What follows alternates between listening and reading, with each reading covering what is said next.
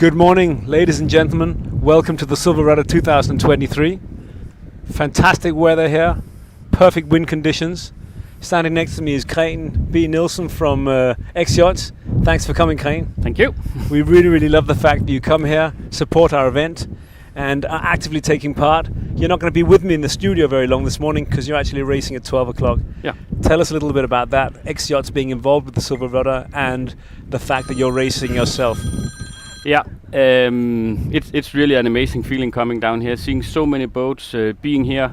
Especially the Thursday is a wonderful day. The emotion at the pier, all the sailors exchanging small kinds of ideas and stuff. So yesterday was wonderful. Seeing the weather forecast for this Silverrudder makes me get goosebumps. Yeah. Whoa! It's really a wonderful weather forecast.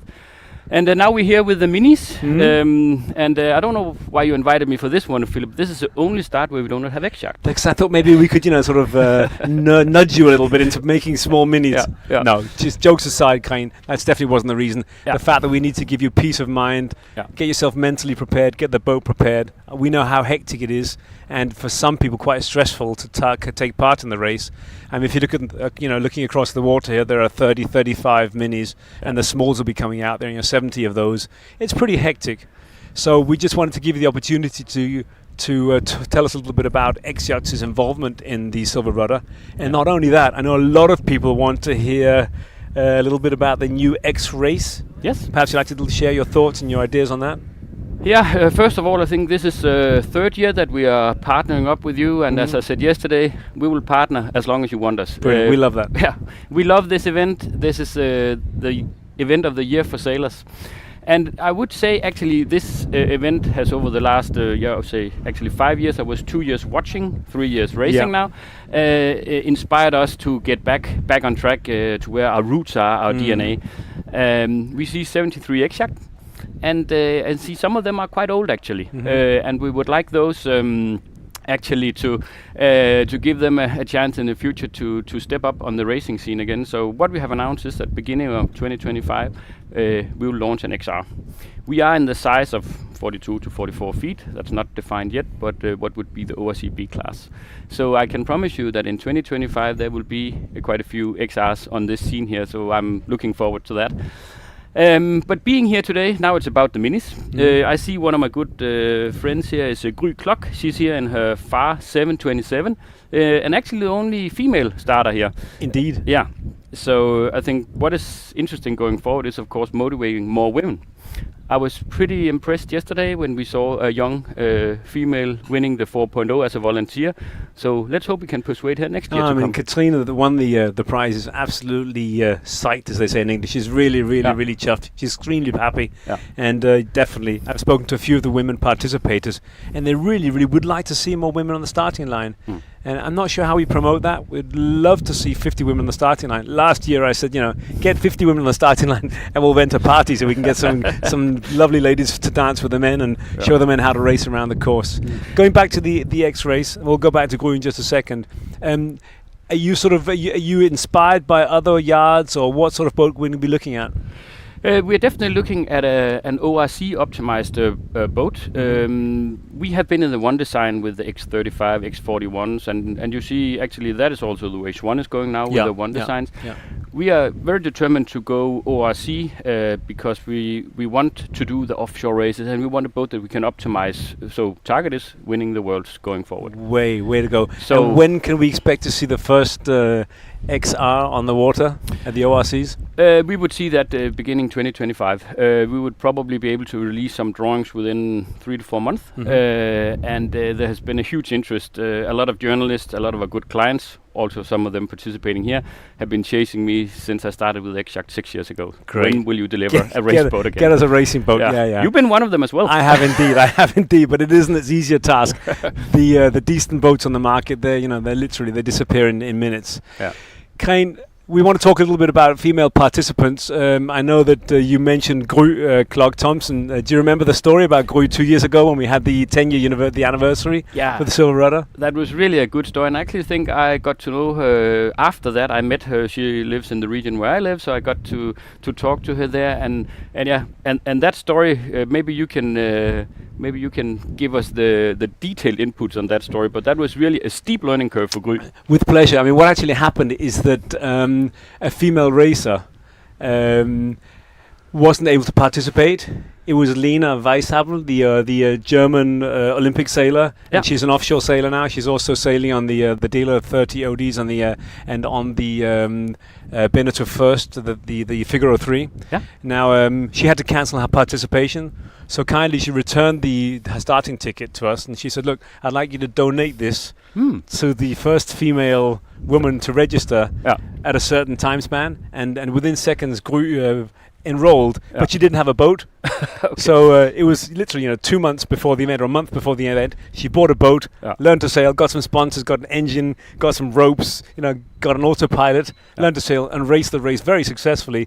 She circumnavigated in 29 hours. Ooh, And I spoke to her last night, and she said, "My only ambition this year is to break the record." But I know that she's got her spinnakers lined up, and she's keen to go. Yeah. So exciting story. She's been sailing quite a lot ever since then. Yeah, she's been very active. Yeah, she did I think she did an Atlantic crossing as well. Yeah. This year. So she's definitely upped her ambitions with regards to sailing. Yeah. Kræn, I know you're gonna have to leave us in a few minutes, and respect for that. Are you mentally ready? Is your boat ready? Yeah, talking about XR versus what I'm racing, I decided quite late this year to participate, so I found one of our charter boats this year, so I got a bit of work to make that look like something that can circumnavigate Fyn as fast as possible. But the boats we are building are performance cruisers, and that's also getting a bit back to that topic. The 4.3, which I'm racing, we've done 145 of those, but mainly for cruisers, and that's kind of the core of our business. But going into the XR again, that gives such a flow of DNA and branding around our whole portfolio, and that's why we are determined to go there now. But I think without sort of having any market insight, I think it will be a success, because a lot of the I often use the word aficionados, the X-Yachts followers, the people who've been loyal to the class. Henrik Jørgensen Xbox, with 362 and his 343, and now his XP44, and they're sort of standing by and hoping that a really thoroughbred X-racing boat will come back onto the market. People have sort of think the performance cruisers are fantastic, but we want to be first over the finishing line on ORC. Exactly, and to get there, because we have really high ambitions. So what we've done is partnering up with North Sails, using their technology, North Membrane, with getting into the story we had with them in the past. We signed up with Baubecking, we signed up with various ORC experts. We know that this is a partnering to become the best. We cannot do that on our own, so we're very humble, but we will get there. Yeah, humble approach is probably the way to go, because a lot of the other yards that have been building ORC boats, like you mentioned Swan earlier, I'm not saying they're a step ahead, but they've been working on this for a few years, and so look at what they do, and look what the experts do, look what the sailmakers do. A lot has happened in mast manufacturing and sail shapes and sail materials. Exactly. Now we have 6 minutes. Yeah, so let's move our focus to the water. Yeah. Panning across there, you can see there's a Mini there. There's a couple of Seascape first 24s, 27. There's a Melgus 24, not the Melgus 24 that broke a record. The gentleman that won the record, Jørgen Moore, in his Melgus 24, he's actually racing a speckhooker this year. Okay. So he's moved class a little bit. This red boat just to the left of the camera, Noah, is an interesting boat, a Streamline, which is probably a contender to win the Mini class. It only weighs 600 kilos, 250 kilos of ballast weight, so it has a very high ballast displacement ratio. So it's very stiff. I did an inspection of the boat yesterday. It's an extremely stiff boat, and also very fast. This boat is normally raced by 3 crew members with 2 men hanging out on a trapeze. So, but that gentleman is Rolf Schmidt, who they call him Rolf Rocky Schmidt. He's a tough guy. He won the gold medal Olympics twice in the 470 dinghy. Whoa. So he's definitely a contender to take the overall win in this class. So we just got the 5-minute gun? That was the 5-minute gun. Yeah. So 5 minutes to the start of the Minis. Remember, the Minis are all boats between or below 25 feet. Yeah. The smallest boats that are here are definitely the CB66 and the Seascape 18s. And Philip, I really get the feel talking about that, what you did at stage yesterday, that these guys and girls doing in these boats, they're a bit cooler than us sitting in big comfortable boat with autopilots and electrical winches and stuff. And heaters. Yeah, these are the real sailors. They're tough. They're tough. A lot of these boats have absolutely no means of going down below a shelter whatsoever. No. They comply with our safety and security regulations, but they are tough. They're really tough. The weather's going to be good, but these boats also start when it's blowing 20, 25 knots. So yeah, we're excited, and we're excited not to be on the boats, you and I, Kræn, but I'm sure they're going to have a great 4 race. minutes. 4 minutes to the start. You can probably hear the whistle in the background as it goes. We have a nice current going with the sailors. The current is east going. Yeah. The current is east going. Yeah. How much wind? Or 7 or 8 knots, which is ideal. Everybody can start, but it's not going to be hectic. Yeah, I was worried that at this stage it would be a bit patchy out there from the woods and stuff, but it looks we can get clean sailing. That's perfect. Yeah. And if the wind were to be just a little bit further to the east, then you'd start to have patches with lee from the forest and the woodlands and the houses. Yeah. But it's ideal. Yeah. It's going to be a beat against the wind once the start has the start gun has been fired. Yeah. So they're going to be quite challenged going out of here. Yeah. And I know some of the extra large boats like yours, they're going to be, you guys going to have to stay awake. We have a pretty narrow passage at some places there where these have a broader. Yeah, they've got a lot more space. Yeah. And I know that the medium class are concerned. There are 140-ish boats in the start in there. one start. And actually the large might be catching up and stuff like that.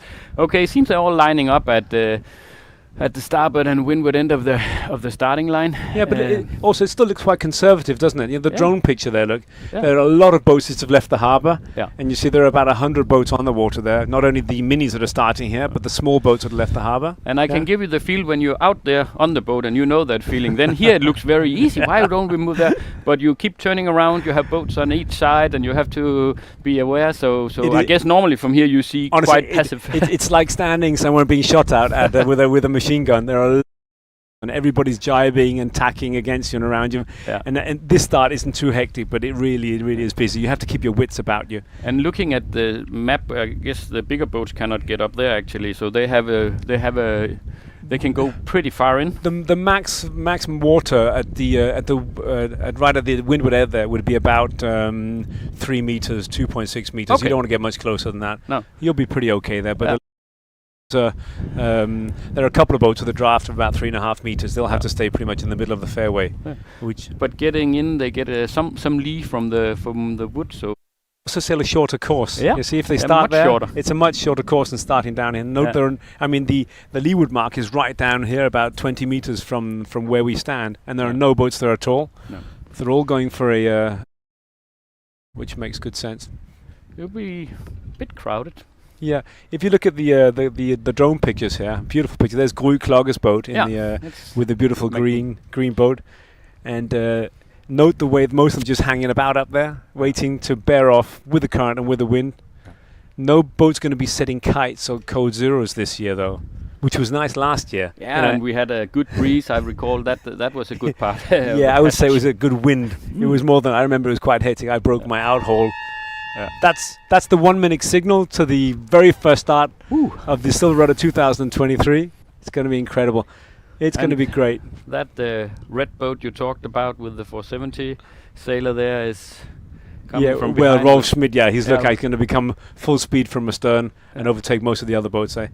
He's probably going to be well ahead of the other boats by the time they leave Svendborg Sound.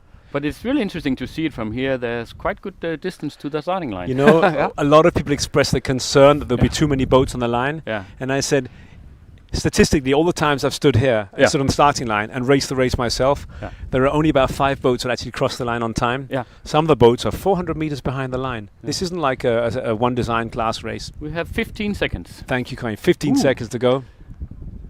Start building pace. 10. Lovely pictures of the line there. There's a spec hugger. The spec hugger, which is well forward with the Genoa set. Here we go. Fantastic. Look like all clear. The number 112 spec hugger is Jørgen Steen Mohr, who won the Melgis, and he won the class and is the record holder in his Melgis 24. He's now racing spec hugger. Yeah. Behind him is Rolf Schmidt in the cool. Look, he hasn't got quite as much wind as the boats that have started further downwind. Look at the Melgis 24 going much faster than the boats to windward. couple of seascapes right up, going for the shorter course to make sure they don't end up becoming covered. But they have less Make breeze. sure they don't become covered by the forest and the other boats. Yeah. So actually, those starting maybe 50 meters off the windward mark have more breeze. They do. They'll have the disadvantages when they go onto a port tack in a minute. And the other boats will have right of way if they have to come across. Yeah, because he will not clear them, even though he's much faster. No, I would probably have stayed as far to windward as possible. The race is not going to be won in the first 5 minutes, Kræn. But it can be lost if you ran on ground. Or certainly. Yeah, some boats have messed up and gone aground during the first few minutes. Yeah.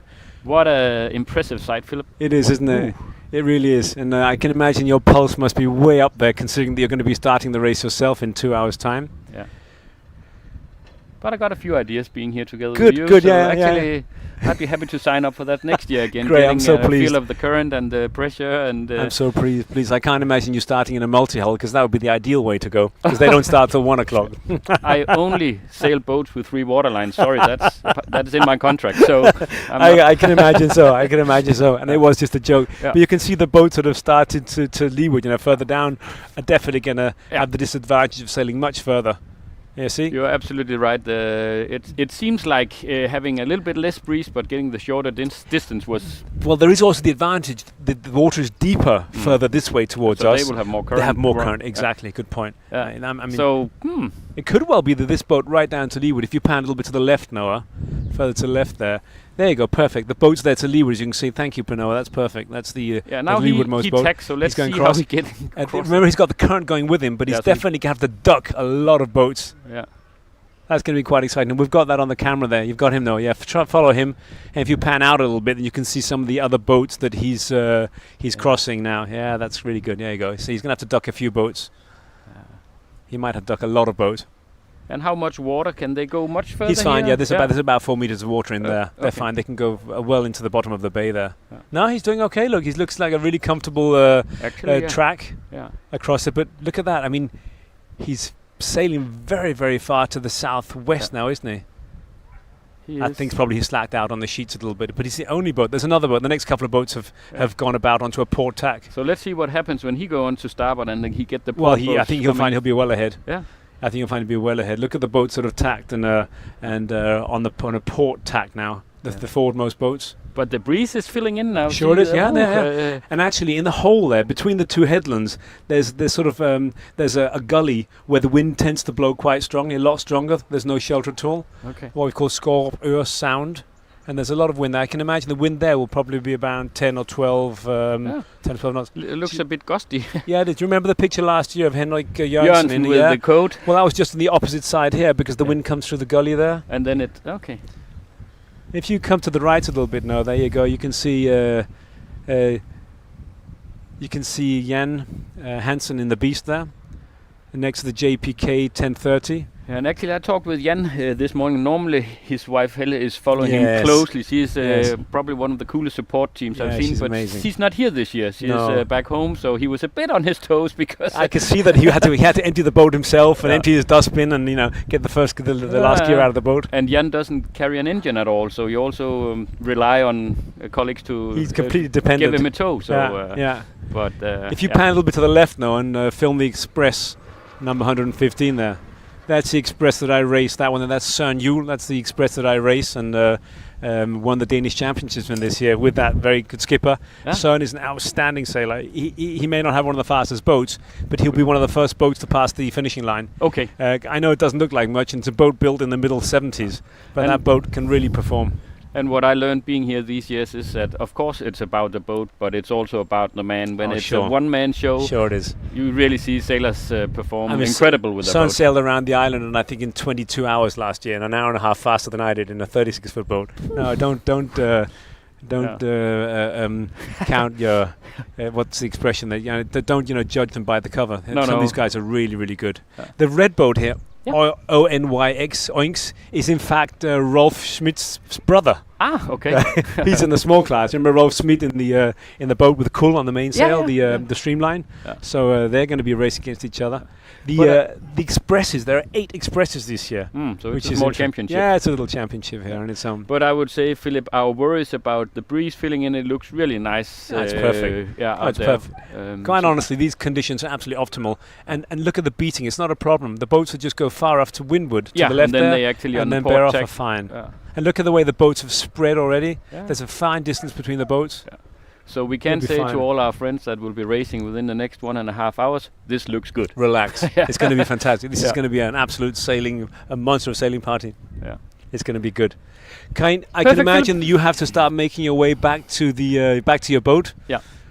I was so kind to get a lift from one of the OR team members, so kids. I walked That's out great. here. I'll get a lift home. So Philip, enjoy your Thank day. you, Kræn. Thanks a lot for coming. Have a fantastic race. Thank you. We may call you during the evening to make sure that you're still happy. If we do so, we promise to do so where there's plenty of slack on the sheets and it's not too hectic. That'll be north of Fyn, maybe. Probably. We look forward to having you back here again next year. Have an outstanding race, Kræn. Thanks for you. your participation. Thanks to X-Yachts for being a huge part of the Silverrudder. See you.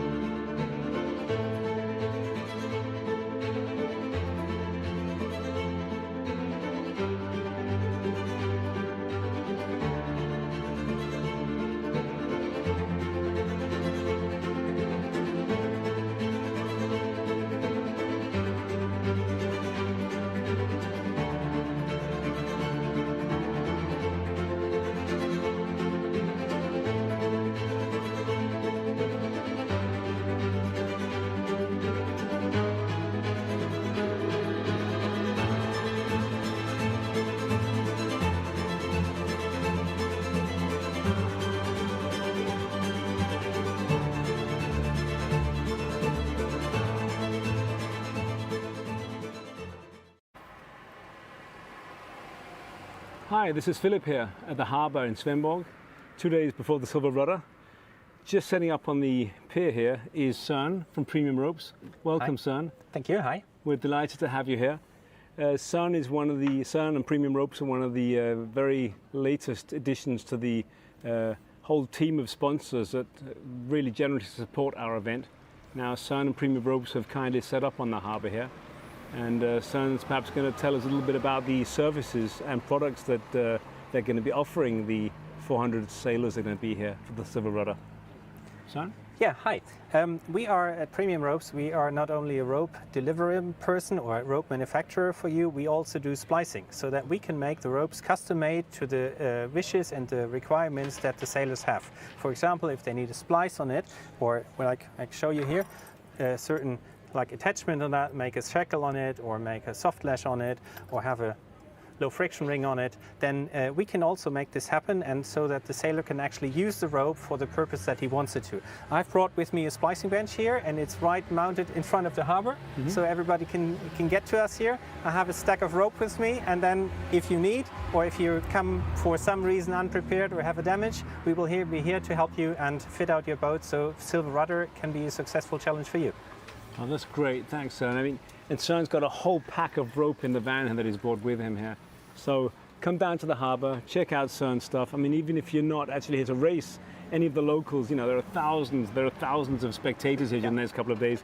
Come down and get your rope needs fulfilled here with Søren from Premium Ropes. Yeah. Thanks a lot for coming, Søren. We appreciate your partnership. It's a pleasure being here. So looking forward to meet you all.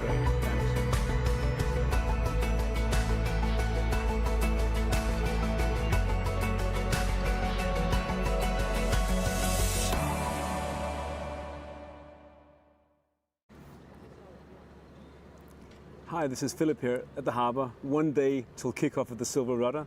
Standing next to me is Syrille Jacobsen, who's come all the way from France, from OS Sport, who's manager and presenter and owner of huge sports events all over the world. And we've invited Syrille to come and take a look at our humble race. And he would like to come and get inspired of what we do, and we'd like to get inspired of what he does. So he's going to introduce some of the races that he takes care of, and we'll go from there. Thank you, Philip. I'm super happy to be there. Thank you for the invite. Fast-growing event, single-ended. We love that. The format is just great, and congrats for your job. Thank you to all the volunteers and your team. What you do is excellent. On our side, so as you said, we are a French-based company. We are the world leader in offshore sailing competitions organization. We are a private company. We do organize the Route du Rhum every 4 years. And then we also have many other races like Solitaire du Figaro, PAPREC, like Transat, PAPREC, double-ended. We also have the Transat Anglaise, formerly, now renamed Transat CIC, starting next spring from Lorient to New York. On the North Route. And our next big event is going to be this January. For the first time in history, we will launch around the world multi-hull single-ended race on the Ultim boats, the biggest one on Earth to race with. There will be 6 of them at the start. So yes, a very, very busy planning of offshore sailing, starting mainly from France and going either in the West Indies or in the US or around the world. So it's basically the multi-hull equivalent of the Vendée Globe, which is hugely famous. Oh, the race I just mentioned, which is the Arkea Ultim Challenge, is the same format as the Vendée Globe, solo, around the world, non-stop. Fantastic. So yes, it's going to be very interesting to watch and follow. Well, Cyril, our boats are nowhere near that caliber. I mean, as you can see, we have folk boats, LA28s, Seascape 18s. They're not going to be racing the Vendée Globe or the Route de Rhum or the Solitaire de Figaro. So tell us how we can inspire you or you can inspire us. Yes, I mean, first of all, you know, sailing is a small world. And being there and exchanging with all the sailors here, even amateurs, is always interesting. And we have races for them, and we have new formats that could be also interesting for them. For example, as an innovation next year, we will open the Solitaire du Figaro PAPREC, the first leg, to amateur.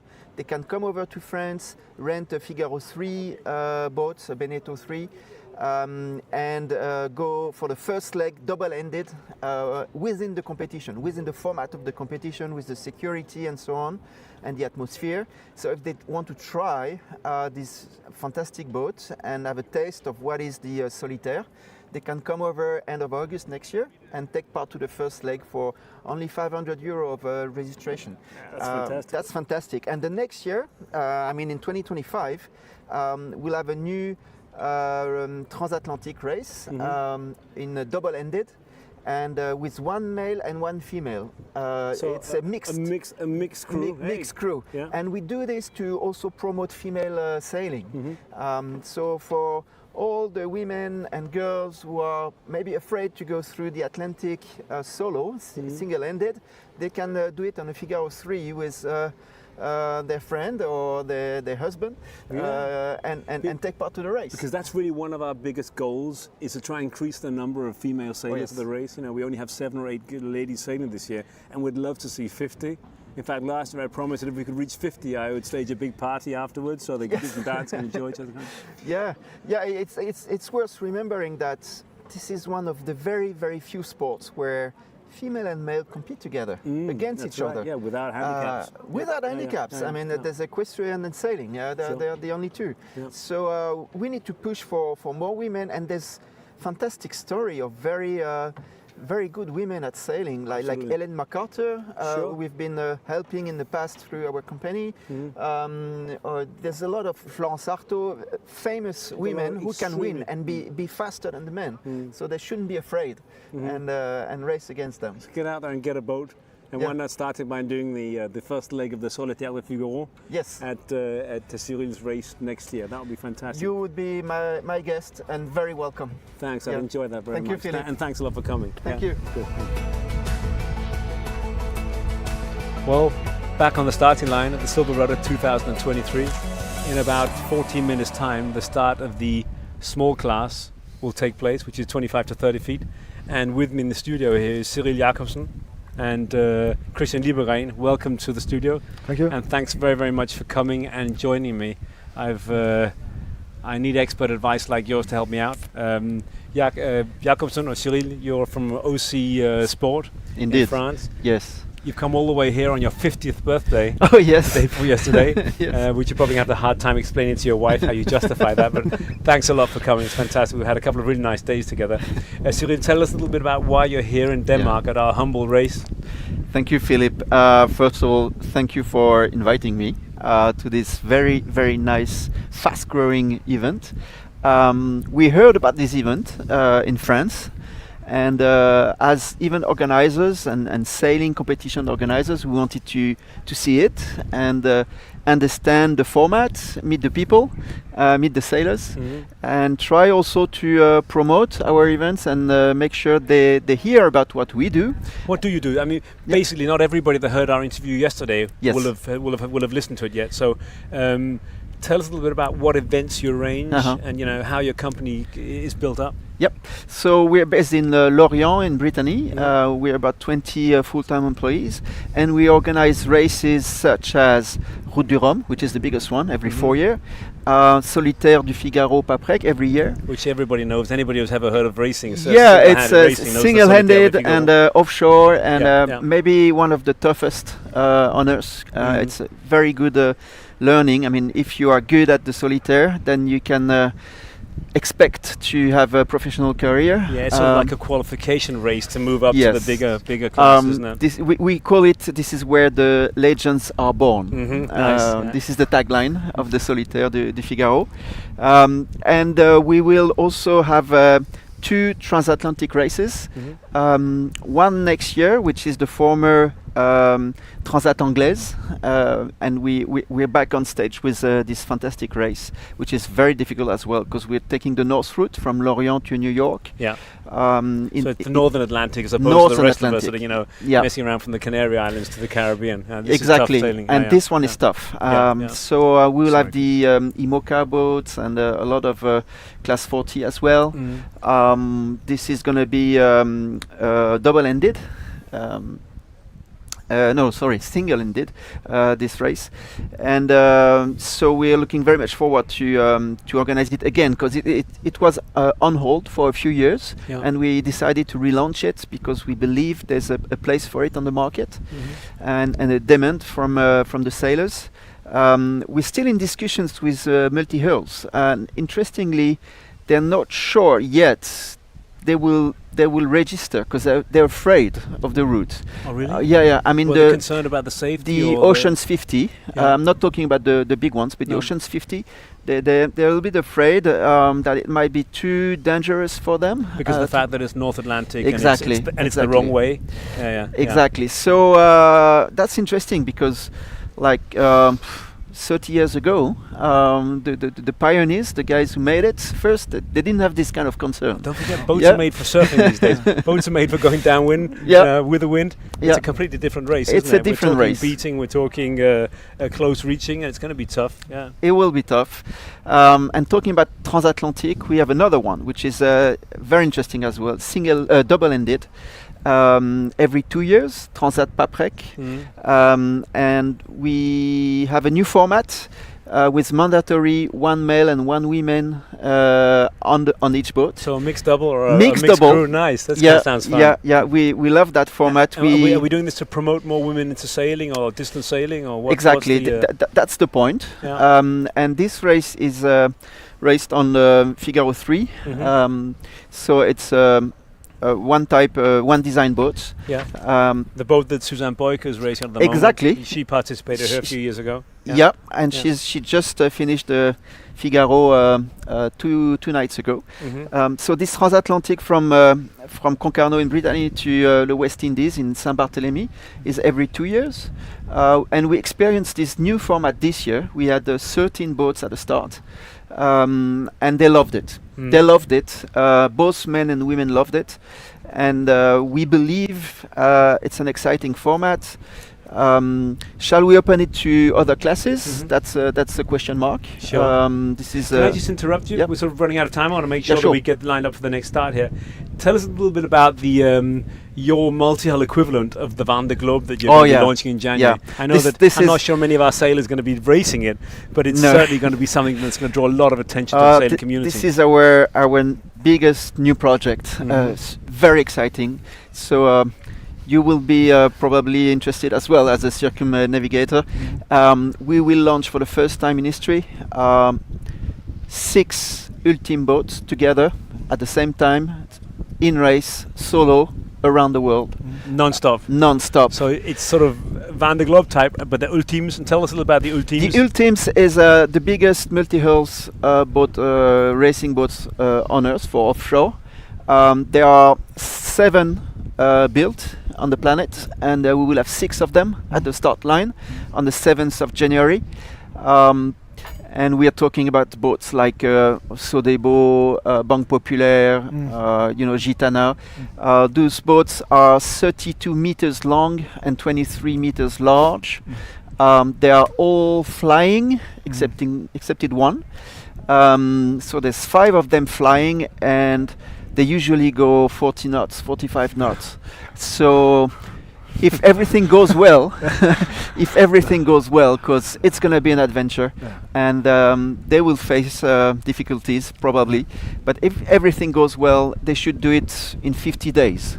So you told me you made it in over 200 days, so you can measure the speed they have, and they will be solo on these crazy boats. So we believe it's the new adventure. It's going to be epic. It's going to be as difficult as going on the moon. And where does the race start from? From Brest, in Brittany. Brest, So from Brest to Brest. So in the northwest of France. Exactly. The 7th of January, and the village will open 10 days before, the 29th of December. So if you don't know what to do for New Year's Eve, you're very welcome. I'm pretty sure I don't know what to do for New Year's Eve. So if you have an extra space at the table New Year's Eve, I'm coming. Thanks very, very much for coming, Cyrille. Thank you, It's been a pleasure. I'm going to move over to Christian now. We're going to do the start together, which goes in about 7 or 8 minutes' time. Okay. I know you've got a train and a plane to catch back to France, back to home to celebrate your 50th birthday with the family. Yes, thank you, Philip. It was really nice to be there. Well done for what you do. Well done. It's a great organization. Thanks to all the volunteers. Beautiful weather. I don't know how you make it. You must have brought it with you from France, because this is Denmark and it's the middle of September. It should be raining and almost snowing. So great. Thanks a lot. Thanks for bringing the weather. Thanks for bringing a great personality, a great organization that you represent, which is very different to our little, humble amateur sailing club that we organize. We all belong to the same family. We're all passionate about sailing and skiing and all kinds of other stuff. Cyrille, thanks for coming. Give you a huge abrazo and a handshake. Thanks for coming. Thank you. Thank you, Christian. Nice to meet you. Nice meeting you yesterday. Congratulations to you. Thank you. Thank you. Thank you. I'll just undo your microphone. That's perfect. Thanks to all. Thank you very much, Cyrille. Have a good drive back. Okay. Thank you. Christian, you Yeah. and I are left at the table here, the hot table. Now the plan for us is to get the start of the smalls going. That's all boats between 25 and 30 feet. It's one of the big starts. There are about 80 boats on the starting line. Yeah. Christian, this isn't really the kind of single-handed sailing you've done. Tell us a little bit about yourself. Yeah, well, my experience about sailing is actually I started sailing here in Svendborg with my small dinghy, and I was starting with all the Optimist. And there was sail, I have to go around this buoy and around this buoy, and I was a little bit sort of anarchist about that, because I want to go around the islands. And then my coach said, well, you can't do, that's not the mentality you have here in this club. So then I bought my own boat and went out sailing by myself. Good for you. Yeah. So it all started here, but I haven't participate in this Silverrudder yet, but what I've been sailing experience is the circumnavigation 10 years ago around the world, 260 days almost. Single-handed around the world, non-stop. Yeah. 260 days. Yeah. And so that's my experience about this. So, and I think this is so. That's the 5-minute single for the start. We're just going to change your microphone a second, so just there you go. We'll just make sure. We'll just do a quick mic check to make sure that's all set up. So mine's still working, so I'll just take over the word just for a second, Christian. Now you've got 4.5 minutes to start. This is a small start going. There's a Swiss Blue 30. They're absolutely incredibly fast boat. Definitely a contender for the win here.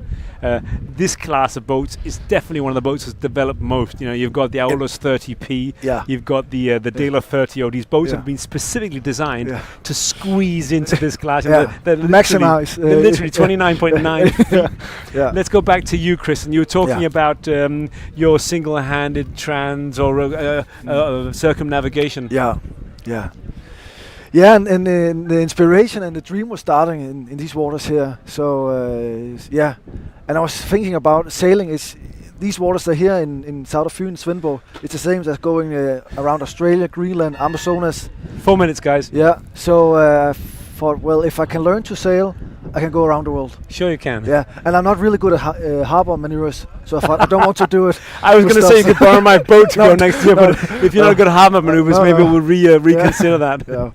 I'm just going to take the word for a quick second, because this is a really interesting start. This is the start of the Seascape First 27s.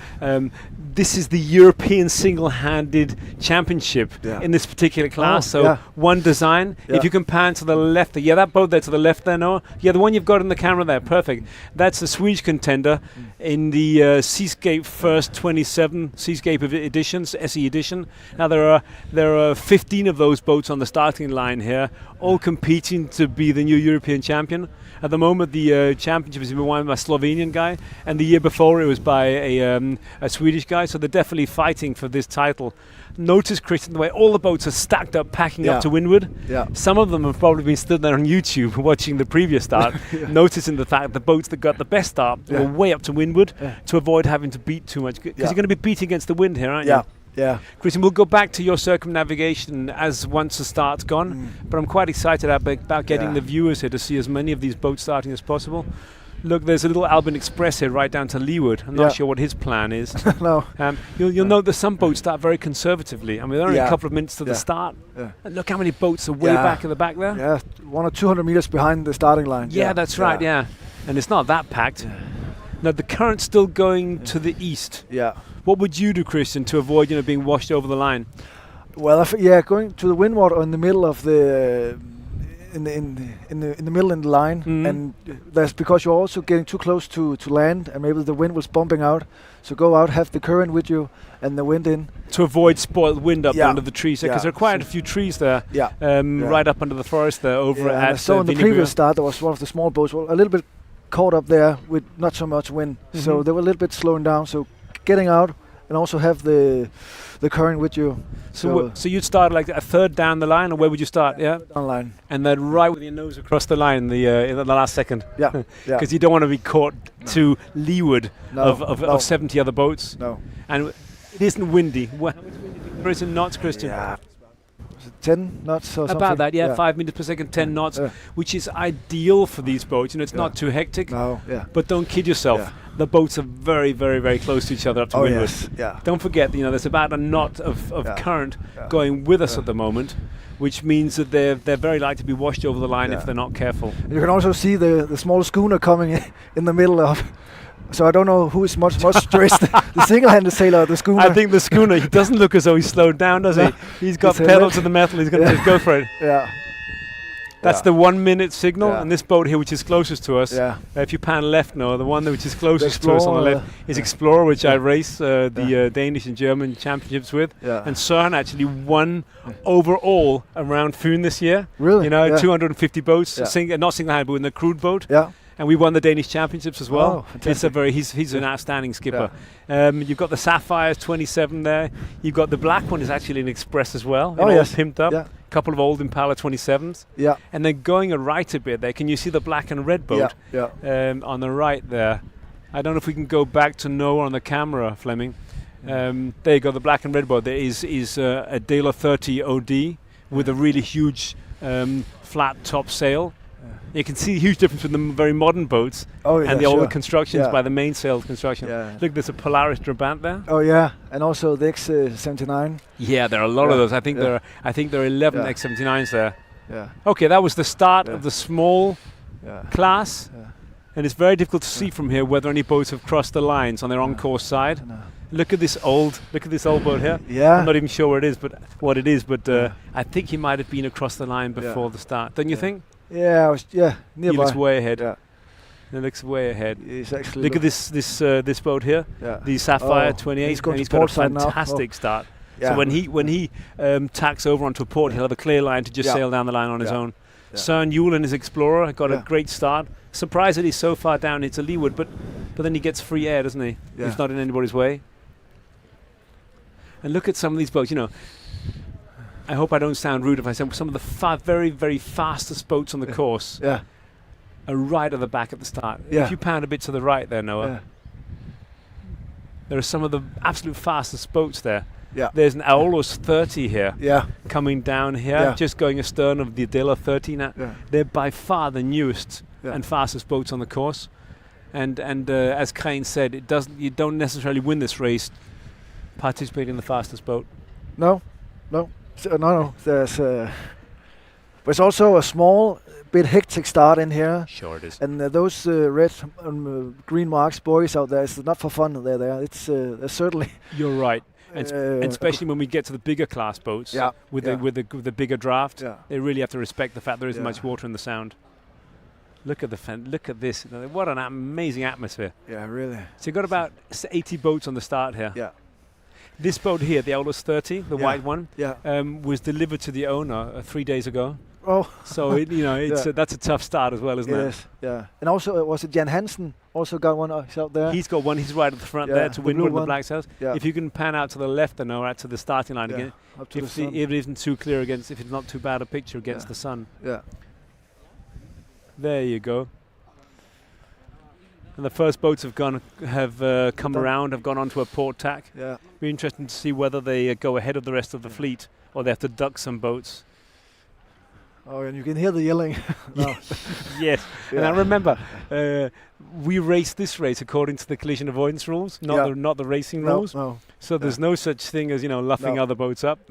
If a boat comes and overtakes you, just have to take it like a man.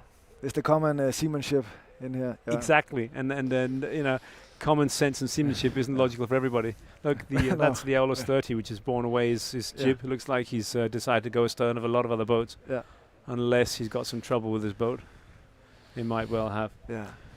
A lovely picture there, Noah, with the menagerie, huge busyness of boats.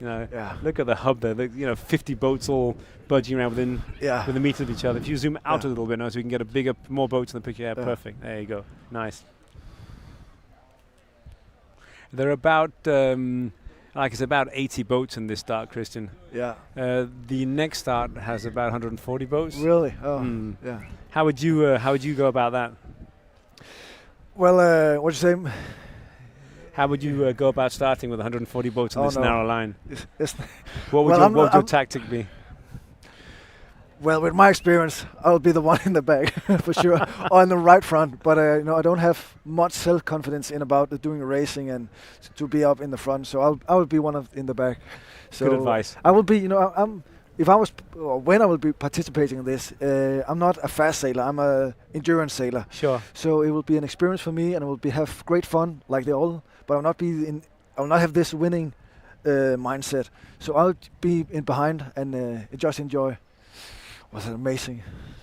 I can hear quite a lot of yelling out there. Can you hear it? Shouting. But you're probably right. That's probably the right attitude to have.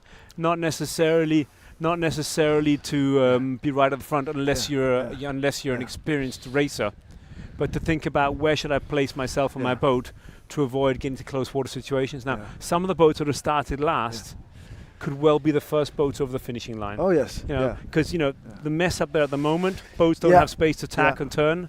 Boats having to give way because they're getting close to shore. Yeah, and they may be getting a little stressed, confused, doing some 1 or 2, 3 tacks more. Yes. Just to avoid So now the people here in the behind, they can more focus on, okay, what is the good way? That's right. Yeah.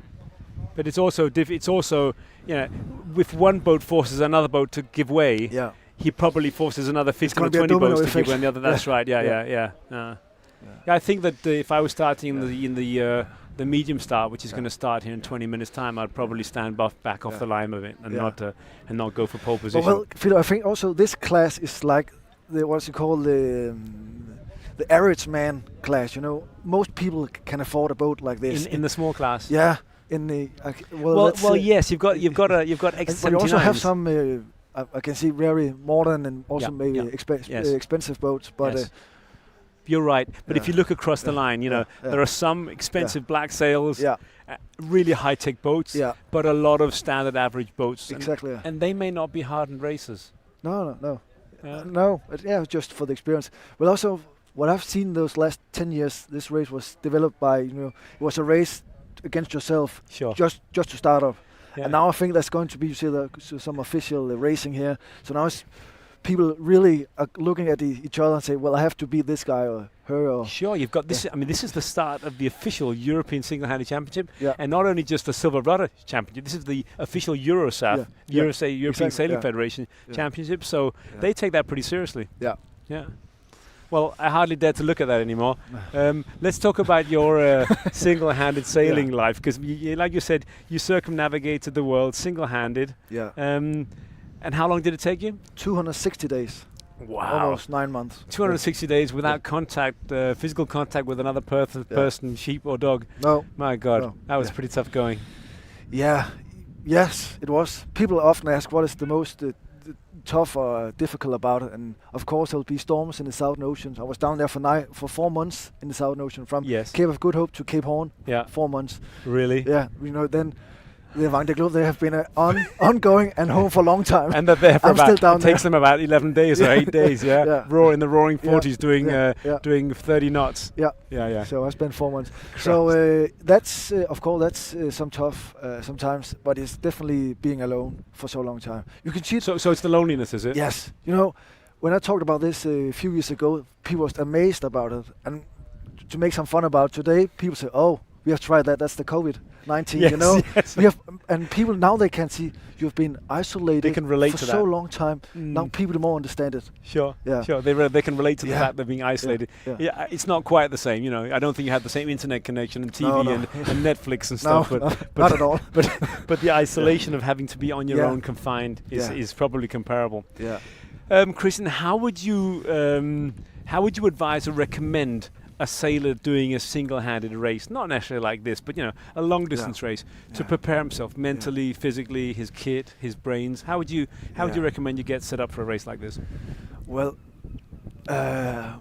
before I went out sailing around the world, I had experience from the Special Forces, and when I was in the Special Forces in the Arctic, what I learned there was to keep things simple all the time.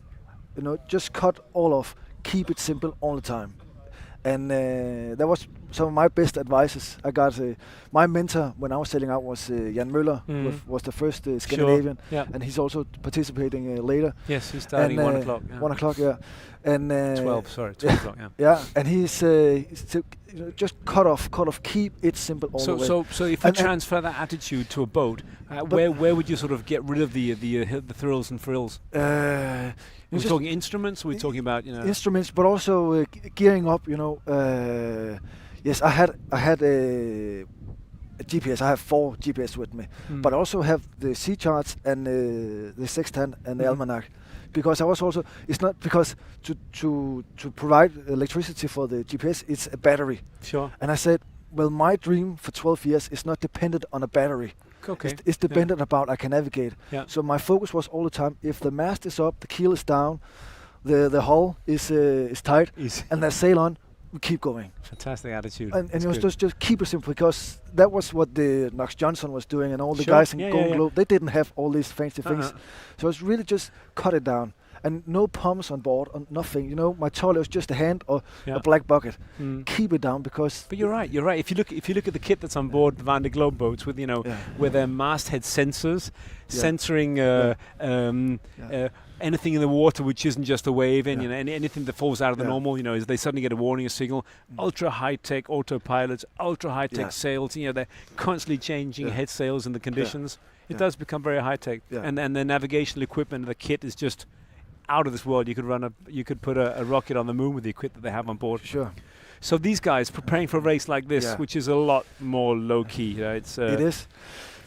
But it's like, well, for me it's like, you know, eating an elephant, you know, just keep it down to bites. When I was getting most stressed or, you know, getting homesick, it was when I was sort of, you know, zooming out and say, well, I'm this little boat on this big planet and I still have a half a year to go. I'm still eating the same food every day. And then I was getting, oh, this is too much. I couldn't handle in my mind.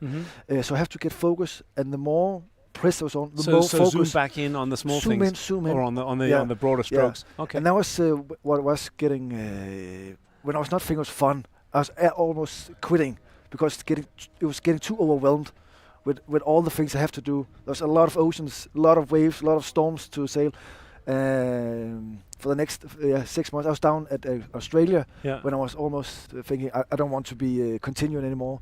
And I was not sponsored, so I could just go in if I want to. Sure. But then I would just have this talk to myself and say, well, buddy, you're here all by yourself. You spend all your money, all your energy, all your time, and actually this is a dream. So keep focus on just on the goal, but also just on the next day, maybe just next hour, few seconds, just your next move, your next step. And that's when you're pressed. We know that also from a stressed day. Yeah. So, but your focus was something on something else, wasn't it? I mean, you had a girlfriend waiting for you at home. Yeah. Is that how you sort of kept tuned in? That Well, there was a goal. Yeah. Well, I found out I was enjoying the storms because more wind, more speed, fast I'm coming home. So I was not so nervous when I started enjoying it. Yeah. In the beginning, I was a bit afraid about. And quite nervous and hyped about the conditions and what the boats, I've been reading books for more than 10 years about the Southern Ocean from all the legends, and I was on my mind all the time. You know, I have to go to the Southern Ocean. I know I have to be there for several months. Just because I had the dream for so long time, but am I good enough? Am I experienced enough? I knew for sure I had the respect for it, but was I... And the humbleness, obviously, yes. For sure, yeah. So, and... but so just keep focusing on the sailors here, with my advice. Keep focus on what do we need to sail. Oh, I think we have on the ground here. The 168 here. Oh, it's just gone aground. It's a Duick. It's a bad time, but the good thing is he can still start his engine without being disqualified. Oh yeah. Christian, I'm going to just go offline for a few minutes now. We're going to take a short break, and then we're going to go back to the race in just a few seconds, and we'll hook up to Troels Lykke, who's on the water in his rib taking photos. I know he's eager. He's right at the front of the pack of boats there, and we've been so busy talking that I forgot all about him. It's difficult to keep so many things going at the same time. So, ladies and gentlemen, stay zoomed in. We're going to be back within just a few minutes. Hi, Philip here. We're on board John's outstanding X49E, E for electric, electrically propelled. Sitting next to me is Kræn from X-Yachts, and we're going to have a quick chat about X-Yachts' contribution and participation in the Silverrudder.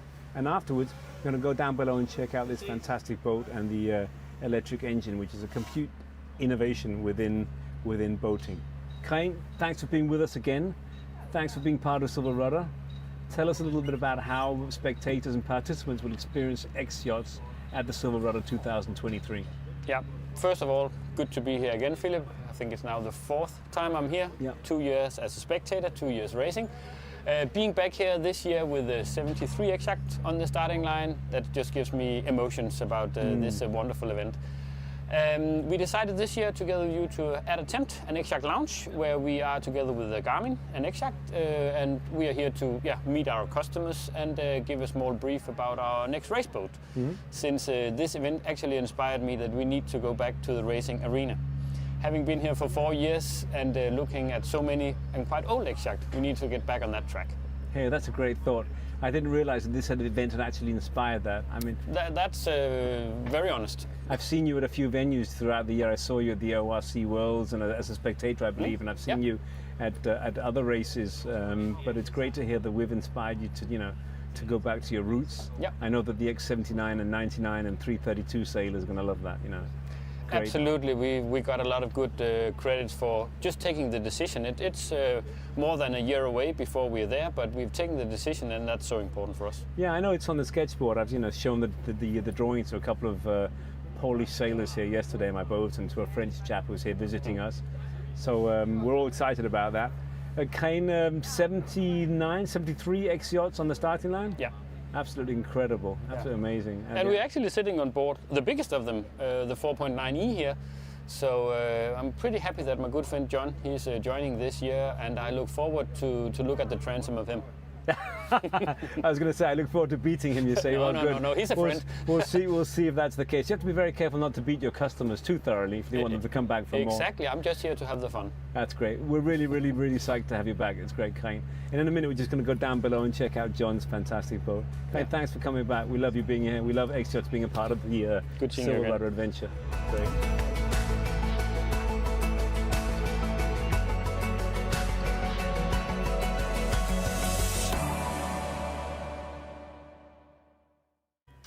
Philip here in John's absolutely amazing X49E. E is for electric, and we'll be talking a lot more about that in just a second. John, thanks for letting us come and visit your boat. Thanks, Philip.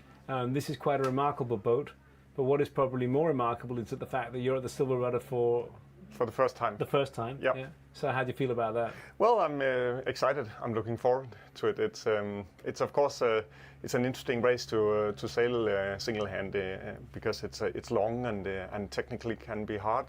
But I've sailed a lot on my own in this boat since I got it last year, and I enjoy it. So I'm really looking forward to it. But I'm also a little nervous. So you have raced the boat before. What Yes. races have you participated in, John? So it's the first single-hand, but I've been racing the Round Denmark race twice last year and this year with very nice crews and the X-Yacht Gold Cup. So those are the races. Okay, so you did a Gold Cup a few weeks ago. Yeah. Oh, that's great. So the boat's tuned and ready? Yeah, it is. Yeah, I think and so. how about the skipper? Is he tuned and ready? Yes, as best as you can at my age. That's great. How do you feel about the prospect of being so close to other boats? This is a 49-foot boat. Yeah. How do you feel about being so close to other boats of the equivalent size on your own on the starting line? I mean, there's quite a few boats here that where the skippers are like way more experienced than I am. So I'm going to play it a little bit safe and just because it won't be the race won't be determined at the starting line. It's going to be about the whole race, and I'm going to take it slowly stand off a bit. and just If I took a photo of every single start every year, Yeah.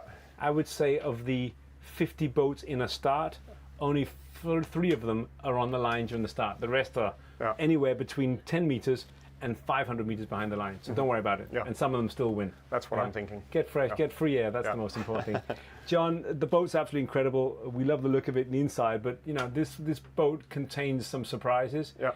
It's completely 100% electrically powered. Yeah.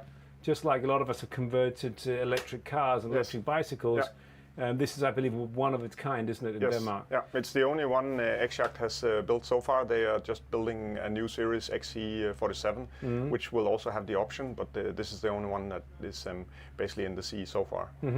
So it has 2 electric engines of 11 kilowatt from Ocean Vault, and then it has a battery bank of 28 kilowatt, and the battery bank will give me a range of around 20 nautical miles.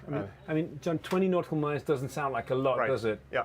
So then if I need to sail continuously for engine, which of course happens occasionally, rarely I would say, but occasionally, then I have a diesel generator I can switch on. It's an 11 kilowatt compact diesel generator, and it'll give me enough power to sail continuously at around 6 knots. So it's sort of against the objective of having an environmentally friendly power bank, Yeah. but you do have the option of being able to go further. Yes, Yeah, so that's good. so in that sense, it's a diesel hybrid or electric hybrid Sure. system. But I use very little diesel, so I've sailed 5,000 nautical miles approximately since I got it last year, and I've only filled the diesel tank once with the 80 liters. Oh, that's incredible. So after I got it full. So. That's what we use in one season in the other normal boat. Yeah. John, can you show us what's behind the what would normally be a big fat diesel So this is the access to the engine compartment as it is standard in a normal boat, and what you see here is essentially my battery compartment. So the 4 units down here, 1, 2, 3, 4. Those are the lithium batteries that I have, and then electrical sort of supply components for the drivetrain. So there's no motor in here, and what I have in the back is my warm water tank, and then the engines. There are 2. They sit under the bunk bed in the rear cabins. And they're covered under this wooden cover. They sit down there in a sound insulated cover, so you can't hear them. So essentially, when I'm using the engine, it's completely noiseless. And then one of the beauties of the system is that when I'm sailing for sail, the propeller will hydrogenerate electricity. So I can, when I'm sailing for sail, I can generate anywhere between half a kilowatt and up to 2 kilowatts of electricity during the sailing. So that's really that's incredible. That's really good. So actually, exciting. Yeah. You're actually recharging your batteries while Yes, you're sailing. exactly. Amazing. So normally when I leave harbor, I use maybe 10% of the battery on maneuvers going in and out, and then when I'm sailing, I recharge that, so I don't really need any power. Brilliant. Yeah. And I couldn't help noticing that there was a water filter. Yeah. What looked like a Pure Tech or a water maker. I've got a water maker, which you don't normally need in Denmark. I've spec'd the boat so that I can sail out on blue water cruising, and that's the plan that we'll do that maybe starting next year. Brilliant. Yeah. One final question: who's going to beat? Are you going to beat Kræn, or is he going to beat you?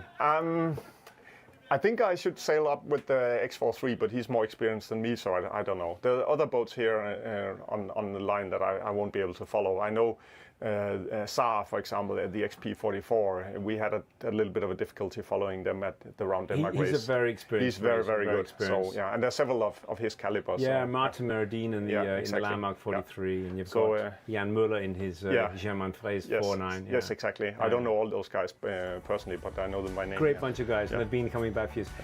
Thanks a lot for letting us take a look at your fantastic boat, John. Brilliant. I look forward to participating. Oh, great to have you here. Thank you. Super. Thank you.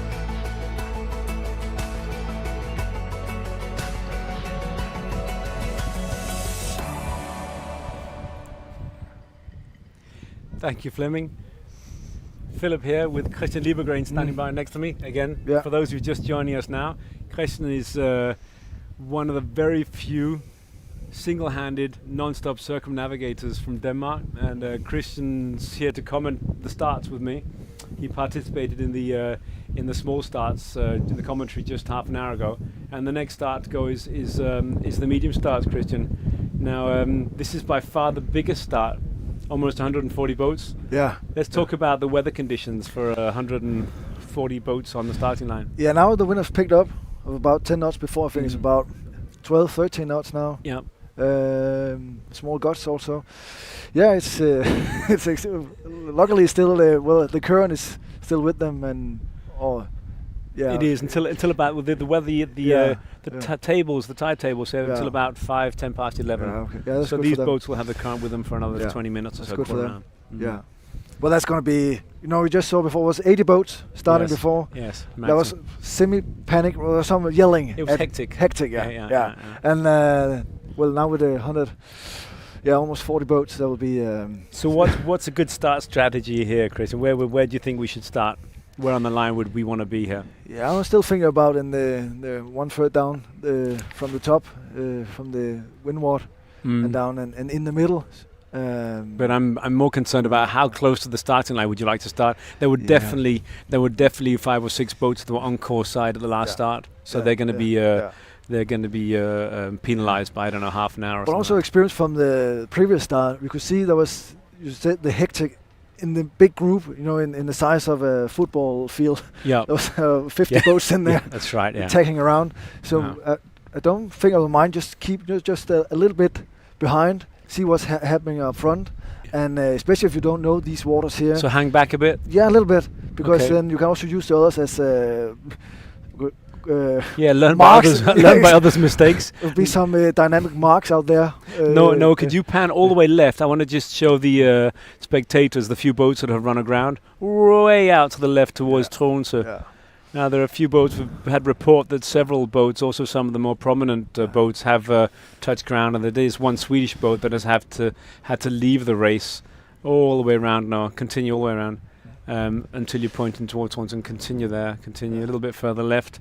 There you can see there's one boat there pointing towards Troels. There you go. There's one, two boats, three perhaps. I mean, if you look up there, that's the 4 minute. That's the 5 minute warning till the start of the medium class. Thank you. You can pan back again. So some of the boats have gone aground that you can see down through the camera view you just had.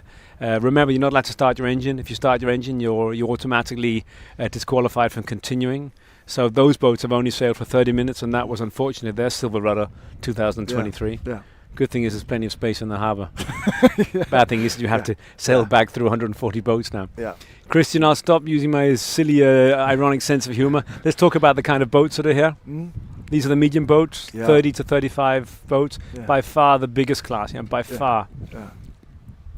Look at this yellow boat here. Yeah, still some of the more old-fashioned boats. Do you know what boat that is? It's a Sapphire. It's a Sapphire, it's a Sapphire. Yeah. Danish boat, I think it's called Banana or something like that.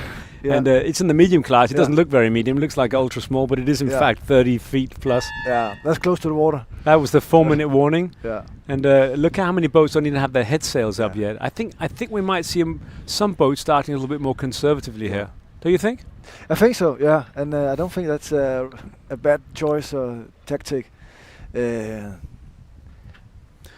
still a long way, and going into this small, narrow area in here. So, you see that will be here. There will be they will hit on ground, the boats. So there'll not be. It's the first hour, half hour actually. That will be the most hectic and stress here. No, definitely. I mean, so make a good start from themselves and not being use too much energy in the beginning. So conserve your energy. Not be too aggressive start. Yeah, okay. Yeah. I tend to agree. People asked yesterday, is it responsible? Is it a good decision to send 140 boats in one start, beat against the wind? Yeah. And the answer is it very much depends upon the skipper. Yeah. I think there are going to be 10 good guys on the starting line, and you can probably see them now. Yeah. The guys, even though there are 3 minutes to go, they're nudging, they're edging their way up towards the start, ready to go. The boat and the experience to be up there. Hopefully. So hopefully, I hope that none of the inexperienced sailors find themselves taken by the current and they're stuck there, because they'll really be in trouble. Yeah. I think the current might be turning. If I look at the boats now, if you look at that boat, the JPK 1030, I think maybe looking at his wake that he might be set slightly into the sound towards the harbour now, which would be quite a game changer. It will. It'll make it easy for them to manoeuvre actually, not being washed through the sound, but actually have some more a movement of water past the rudder as they tack. More and more boats are setting their head sails up there. Got about 3 minutes to go. Yeah, but you can see they're all waiting down there. They're waiting for the last horn, the last signal, and then waiting for the 1 minute signal. Yeah, and then they will put up the furl and. They'll unfurl the head sails and then shoot off. Look at the boat, the X332.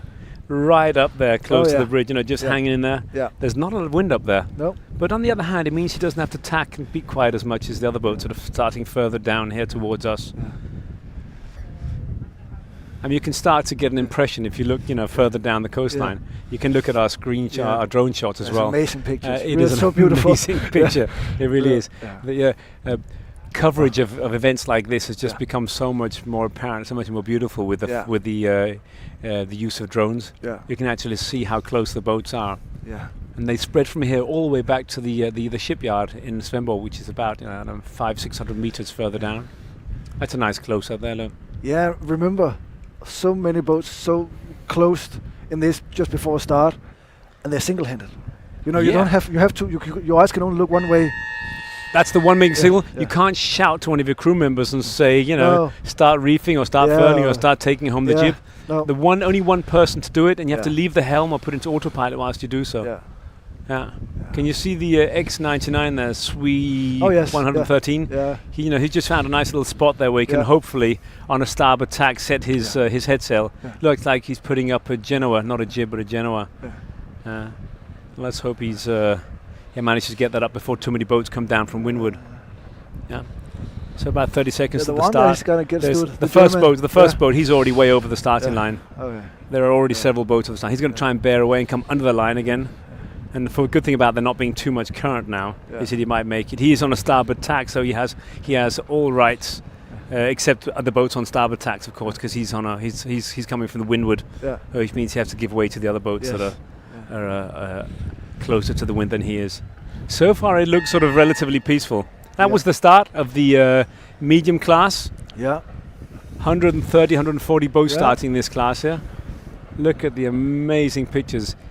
If you go back to the camera, Fleming, to the Noah's camera, so you can take a nice close-up. Yeah, zoom out a little bit so we can get some more boats in the shot there, Noah. That's perfect. There you go. Can you go a little bit further left? So you get the first boat on the starting line. That's ideal, because see there's a big Hanser there, which is just jibing to come around. He was over the lines too early, and he obviously hasn't heard the instructions. You're not allowed to go back over the line to restart. He'll definitely be given a 30-minute penalty for starting. So he's now actually on what looks like a port tack, or just dead in the wind and can't turn because he doesn't have any wind in his sails, which is quite an unfortunate situation to be in. He's on a port tack now. So you've got boats that are almost going the same way on starboard and port tacks. And the wind in the pack is really disturbed. Really? Yeah, so they don't have any clean air at all to go free. No. Oh, incredible picture. Incredible picture. XP333 there, alongside an X99, an X312. He's going for the very conservative version, isn't he? By not even hoisting his head sail. Yeah. Go slightly further to the right now. Yeah. There you go, perfect. You see some boats are even looking for a hole, going to a port tack now, and see if they can come through there. The first boat to come over on a port tack here is going to be quite adventurous. Very much, Noah, could you pan well to the left here, right over to there, so we can see the boats that are close to the shore there? Yeah, they have to be careful now. So definitely looks like they're all coming around about the same time, and hopefully there won't be too many boats that have to be jammed the ground there. There's one boat there which is hanging on there a little bit too long. There we go, it's just come around there. There you go, perfect. No, that's the ideal picture, because that's the top, that's the front of the fleet close to shore. And if you go back to the middle of the sound, Noah, that's ideal. That's really good, Then you can see the way a lot of the boats have come on to a port tack now.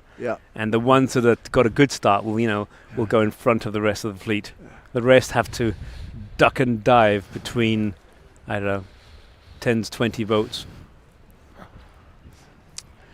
Christian, you said that you were a relatively conservative sailor and not an experienced racer, close quarters racer, but a very experienced long distance sailor. And what do you think is going through the minds of some of these guys that also aren't experienced racers? What can you imagine they're thinking now as they have to contemplate a course between 30 boats here? Just keep focus and all the time, and and if you're not used to sailing these waters here, really be sure about where you are and where the line of the bottom is. Oh, we have a ground. There's a boat going aground there, which looks like and it's not good with the wind. I think it's a JPK 1030. I'm a bit surprised that he has his mainsail completely set instead of slacking off. No, it's a Sunfast. It's a Sunfast 3200. That's gone aground. The Noah's got it on his lens there, which is great. Let's move away from him and back to the fleet there, Noah. We don't want to give him too much exposure now that he has gone aground. His insurance company might be watching. So it's a Sunfast 3200 there. And it's amazing. You can't actually see from the camera picture that we have here, but there are literally, there are probably 300 people sitting on the bank here in Svendborg, spectators watching this event. Local guys, a lot of sailors, a lot of non-sailors. This has become a huge spectator interest for the local community. And a really nice, spectacular starting line here. It involves the public to come and see it, and you say sailors and non-sailors, but it's interesting to look at so many boats. It's ideal, in this isn't weather. it? And look at this. I mean, we're in the middle of September. It's the 15th of September today, and we've got which is probably about 20 degrees and sunny, perfect weather. Yeah. It's absolutely ideal. They do have some wind to maneuver in. Plenty. There's plenty. I mean, there's, like you said earlier, probably about 12 knots of wind now. Yeah. But actually, I think that it's less gusty than we thought, because it doesn't look very hectic at all. In fact, it looks like they're well in control. Yeah. The traffic is hectic, but the wind isn't. Can you imagine if there'd been 30 knots like there was last year when we started? Yeah. I remember starting last year and having been forced to jibe just before the starting line, 2 minutes before the starting line, and I broke my out haul, and my main traveller broke, and I dropped my glasses overboard. Really hectic. Yeah. This looks pretty smooth. Yeah, they're probably a bit stressed by the traffic. Yeah, but it starts spreading out now, so I think it's getting more. We've been in 5 minutes in the start here. Yeah, I think it's getting more. Open up, and it's not so stressed for the. No, there's more water between the boats. And famous last words. We still might see some more boats going aground down there, but it is a tricky place down here. It is, and a lot of, a few sailors approached me this morning and yesterday and said, shouldn't we start going the other way? Well, the answer would be sailing against the wind. We'll be sailing, on a reach, which is good, but against the current to start with, against the ferries and under the bridge, and you'd have a really, really tough beat over the north of Fyn during the night. Yeah. This way, once the boats are free of the sound, they'll go on to have the wind almost directly from the stern, from the south, spinnakers or jennikers up, all the way past the Great Belt Bridge, 10 degrees to port there on a Jennica, and then when they get to the north of Fyn, they can set a code 0 or a big Genoa or a reaching spinnaker, and you were going to have huge speeds up there going over the north of Fyn. I think you're right when. Ciao, Cecile. Thank you. When they have coming out this sound, they will be happy with the wind and the route. Sure. I mean, look. Can you see this Daler 35 here with the Dutch one, the Netherlands 9716? Can you see that gentleman's wearing shorts and a t-shirt? This one here, and we're in the middle of September.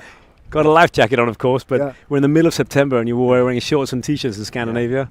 It's incredible. They're lucky about the weather. Very, very lucky, because this wouldn't have been the same race if it would have been pouring down with rain and stuff. So that was by far the biggest start. You've got, like I said, you've got so much yelling. Like the previous start. I don't think the action is totally finished yet, because I can still see some boats right under there. There's some shoal ground. It's quite low over there, isn't it? Yeah. It's quite low. Yeah. But as long as they stay clear of the forest on the left there, I don't know if you can. We're behind where you're filming. That's ideal. Yeah, that's perfect. Just the forest behind there. Yeah. There's a shoal of about 1.8, 1.9 meters. Yeah. And Noah actually knows that there's a shoal there, because our cameraman, who's my son, he put our boat aground there a couple of years ago. Do you remember? No? Just sort of remind you in front of the viewers. No damage done though. So not as much shouting. Beautiful picture up against the sun there. Yeah, really. Some of the participators here have been here, 10, 11 times. Yeah. So these guys know where they're going. Oh yes, yeah. And they know what to expect.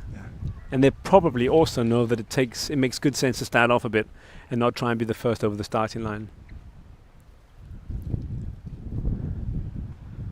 But again, then the mix about the boats and the signs and the age and some really boats from the 70s. Yes. And then some, as you say, just a few days. There's a boat that's been delivered 3 days ago. Yeah. And Jan B. Hansen is the beast, the Aureolus, and which is it is the beast, not just the man himself. He's an outstanding sailor, but the boat itself is a monster. It's really fast, and it is a full-blood racing machine. Yeah. And he's racing against an Albin Express and a Bianca 27. Yeah. With a wooden mast. Seriously. Yeah. So it's and if you look at this boat here, is that a Sagita 30? That's actually the boat I was sailing around. Is that a Sagita 35? Yeah. Oh, that must be fun for you. Yeah. He's not. He's participating. Yeah, he's got a starting number at the stern there. Yeah. No, can you go back to that boat there? Yeah, that's the one there. So zoom in as much as you can. Yeah. Now that's the Omega. A bit further to the right. Yeah. The next boat to the right, the Den 10. Further to the right. I'll keep panning you until you stop there. Going the same way, of course. That's it there. Yeah. This is exactly the same boat as as my guest in the studio, Christian Liebergreen, said, all the way around the world in. Yeah. A Sagita 35. Yeah. Actually, just built over here, just around the corner. That's right. Yeah, it's built at the Sagita yard. Yeah. I had a friend who used to live there. Yeah. Literally just on the corner there. Yeah, just a few hundred meters away from here. Yes. Yeah. What would you say about that boat in a race like this? It's a good one. It's a good size, great cockpit, and really strong, and no nonsense boat. I was going to say, it's probably a stupid question to ask you, really. It took you safely around the world 260 days. Yeah. So you probably wouldn't say it was the wrong boat. For sure, not the fastest one, but you feel very secure and comfortable in it. So and really even in 50 knots of winds and 9 meter waves. Yeah. Amazing. I've been, in full storm in the Southern Oceans. I don't know, waves higher than the mast, 10, 12 meters. Yes. Yeah. Yes, and she was just so. The name of the boat was Jonna. Yeah. She was so strong, and I was just putting my life into her hands. That's also when I'm talking about this trip. I'm also saying, most sailors do, saying we, like we were two persons or more on board, but this is the ship and I. Yeah.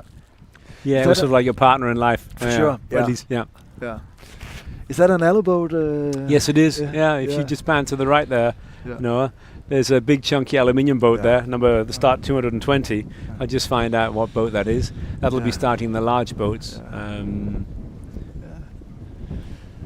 Now it's coming a bit more wind in here, so that's good for them to take in and driving out the sun. And it'll also be good for the bigger boats that need a little bit more wind. The start that's going to be starting at half past 11 is the large class, and the large class of boats is you're starting to get to boats that are a lot more seaworthy. They can handle some more wind, but also fast boats. You'll have some really, really fast boats starting here. You'll have the X362s, and they'll have the Sunfast 3600s, and the boats can plane the X37. There's one just came into the camera there. If you just go slightly to the right there now. If you go to the right, then you can see some of the boats that are lining up to start. You'll have boats like the first 40.7, and there's a Swan coming into the picture here on the right here. I mean, there are some really good chunky seaworthy boats. You'll have the X119s. The boats. There's a nice looking loafer there. So you have the boats between 35 and 40 feet, and there are some real contenders here. Some boats that really want to race. That's the start that I had last year. I would say that the small and medium class are the most aggressive, because they have by far the majority of hardcore racers, like the Aliolis and the Dale 31 designs. The boats that are built for this. A boat that is built for this event can't just turn up and get a mediocre result. No, they want to do something. Sure, this is where they come and promote their new toys. Yeah. So, so it doesn't look good for them or the boat if they end up with a. It's just showing off your new carbon bicycle. It's coming here. And this is my new carbon boat. It is my new carbon bicycle. It doesn't matter if I weigh 50 kilos too much. I have to cross the finishing line first. Yeah. All right, we're just going to take a short break here, just for a few minutes. Christian and I'll be back with you before long. The next start will be at 11:30, which will be the large boats between 35 and 40 feet. Actually, Christian, you won't be with me, and then you've got a presentation to do in Copenhagen. Yes, I do. Yes. So thank you so much for coming. It's been a real pleasure to have you here. Really. Yeah. You'll probably be to be called up next year again. Yeah, we'll love and to. If you want to hear Christian does really interesting presentations on his experience circumnavigating solo around the world, B, his experience as in the Arctic Command. Sledge command in Greenland, in Arctic waters, and thirdly, Christian is actually now employed as a helicopter rescuer. Yeah. So get hold of Christian if you want. He's very easy to find on the internet, on Facebook, the social media. If not, I'll happily pass his details on to you. Thank you. I went and visited one of Christian's presentations just a month or 2 months ago, and he's an outstanding performer. It's really, really interesting. Go see him. So, okay, thanks for coming, Christian. Yes, thank you very much. Back. Hi, Philip here, on board this magnificent Hansa 470 with Peter Vrede, who has been part of the Silverrudder community for how many years, Peter? 6th time now I took part. I mean, every year we see you coming here with your wife, preparing the boat. Yeah. My shore crew, my wife, it's very important for the race, a shore crew. Very definitely. Jan Hansen said so yesterday. Have a good shore crew. Yes. Now, Yeah, he said. Peter's been setting up the boat. He's been preparing his code zero, getting his furlers ready, lubricating his equipment, making sure everything's lined up ready for the race, taking off his self-tacking jib and putting on his bigger head sail. The boat's just getting tuned up. Yes, for Peter, light winds. Peter, your boat is outstanding. I mean, the colour of the boat is fantastic. Tell us a little about you and the company that you have and the yard that you run. Yes, yeah, we have a company specialized in yacht painting and underwater treatment. Okay, this is a Hanse 470. There are, I think, 300s in the world. Mm-hmm. But if you have such a painting, such a metallic painting, it gets unique. No? Because it is really unique. The colour of this boat is absolutely... Yeah. You can recognise this boat absolutely everywhere. Yeah, maybe it's a little bit not so good in the start because everyone knows this color. Oh, he did a too early start. It's everybody recognises it, but I mean, yes. Looking at the boat from a distance, it's yes. absolutely brilliant. It looks like a sports car. No, it's really, really nice. Yeah. And the boat is just absolutely fantastic. It really is. Yeah, it tastes really good. It's flush. It's very good for single-handed. You, as a helmsman, you have everything nearby. Yeah. And okay, there are some more cleats. We started with 3. That's a series, and now we have 18. That's the more you race, the more cleats you get. Yeah. And I can also see you have some cool details. You've put in-fuckers or in-haulers on your jib. Yes, that's a system normally we say here, but here is our... Mm-hmm. And do you feel that affects the height, the performance when you're beating? Perfect. Yeah. Does it? Can you feel the difference? Yeah, for sure. And what kind of wind pressure would you use the in-fuckers for at? How much wind would you normally use them? Up to 20 knots. Up to 20, yeah. Really? And then it starts. It's still not overpressured? Yes. Yeah. Fantastic. Yeah. Mm-hmm. Great. Well, it's been a pleasure being allowed to look at your boat, nerd a bit, looking at the sails, seeing all the ropes and the equipment. Yeah. Welcome back to Silverrudder. It's been a pleasure having you here. Thanks, Peter. And thanks for coming back every year.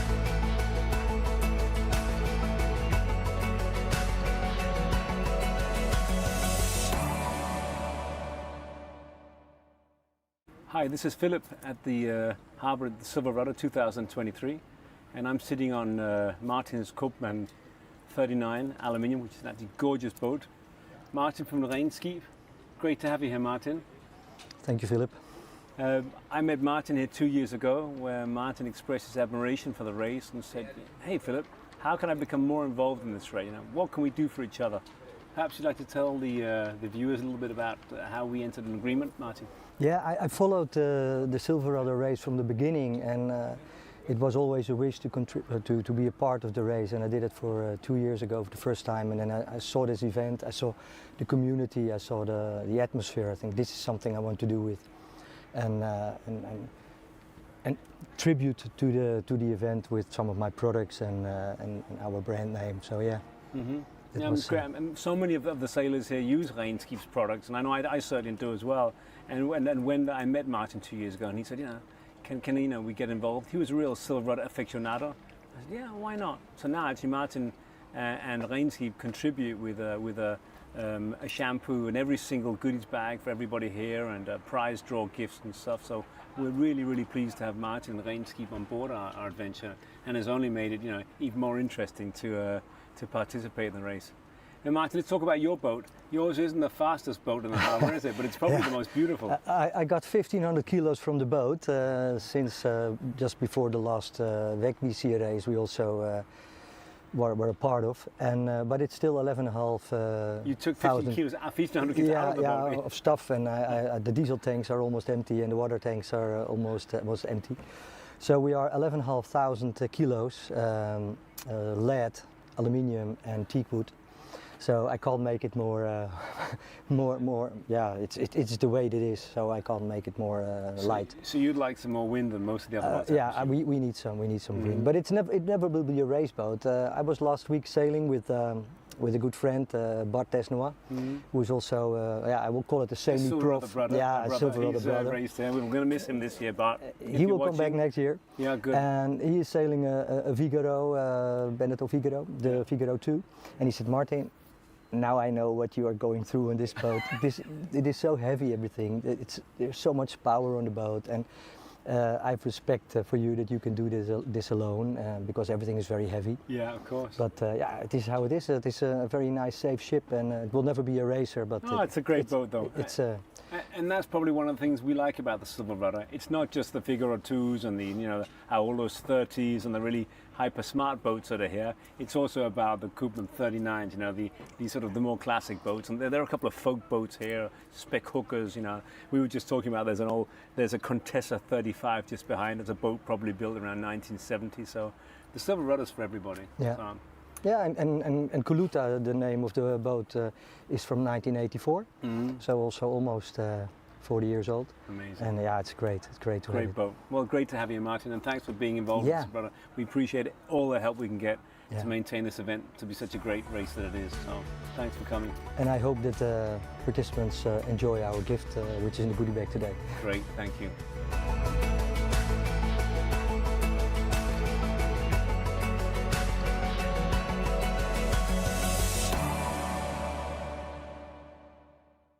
Hi, Philip here with Paul on board his great boat, which is going to be taking part in the Silverrudder this year. Yes, is this your first time here? First time here. Oh, fantastic. Yes. Well, Paul and I are going to conduct the safety checks of his boat to make sure he has the mandatory equipment on board. So we'll just run through the list together, okay. Paul. Okay.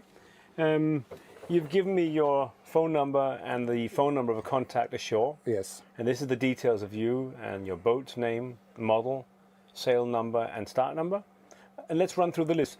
Paul, have you read the sailing directions? And yes, on the website is the sailing directions. I'll read this. Okay. Have you got third-party insurance? Yes, my insurance of this year for boat. Which is liability to 3 million euros. Perfect. Yes. Can you show me your life jacket or a life vest? My life jacket is here. Okay. Perfect.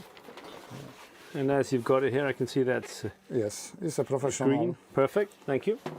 And I have 3 of them, but one is... And a harness, perfect, yes, harness for life jacket. Great. Thank you. Yes. And we'll check the lines along the deck in a minute. We'll check those, yeah? Okay. Do you have your safety lines on deck? Yes. We'll check them afterwards. 2 pieces. Okay. Yes. Your VHF radio? Yes, I have a big one radio here. Yeah. The radio of the steering, hand radio with ice and distress. Perfect. Perfect. Inreach. Perfect. And we need some red hand flares. Yes, it's. These are the hand flares. Yes, small one, big one. And I'll just check the expiry date of these. These expire on the 12th, 2024. Yes. Yeah. These expired in this year, but in this month is okay. Okay, in September 2023. But these are good, and these are also these are rocket flares. Yes. You don't need smoke flares. Okay, but this is all you need to participate in the Silverrudder. Okay. Fantastic. Good. And you have a first aid kit? Yes, I have 5 on board. This is the first one. This is the second, and I have over there a big one and.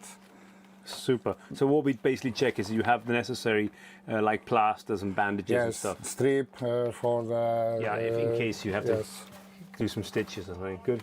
So,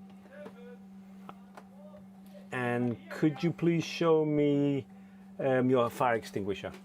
This one here. Yes, 2. One is okay. Backside. Great. Good. And just to make sure that there's a green symbol on the powder extinguisher. And 1000 volt for electricity. Perfect. Good. Thank you. And torch, please, or flashlight. Yes. This one is very higher. Yeah. Perfect. This one is...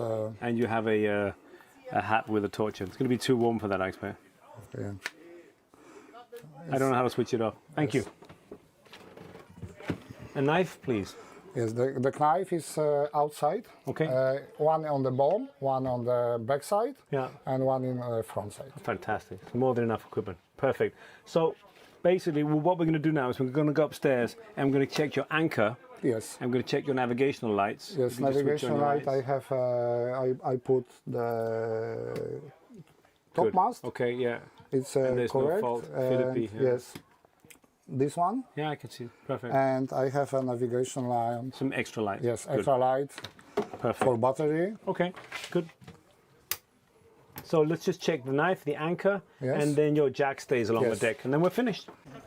It's a professional. And you have perfect anchor and everything. Starting to take. Yeah. Yes. You take it off by hand to start with. Yes. You're strong. That's good. It's a start for take because must be something up and pull out. Perfect. Good. We're done. Let's just sign off the last couple of things. Okay. And you're set to go. Yeah. And I must finish. You have to finish. Yeah, I must. Otherwise, you don't get the T-shirt.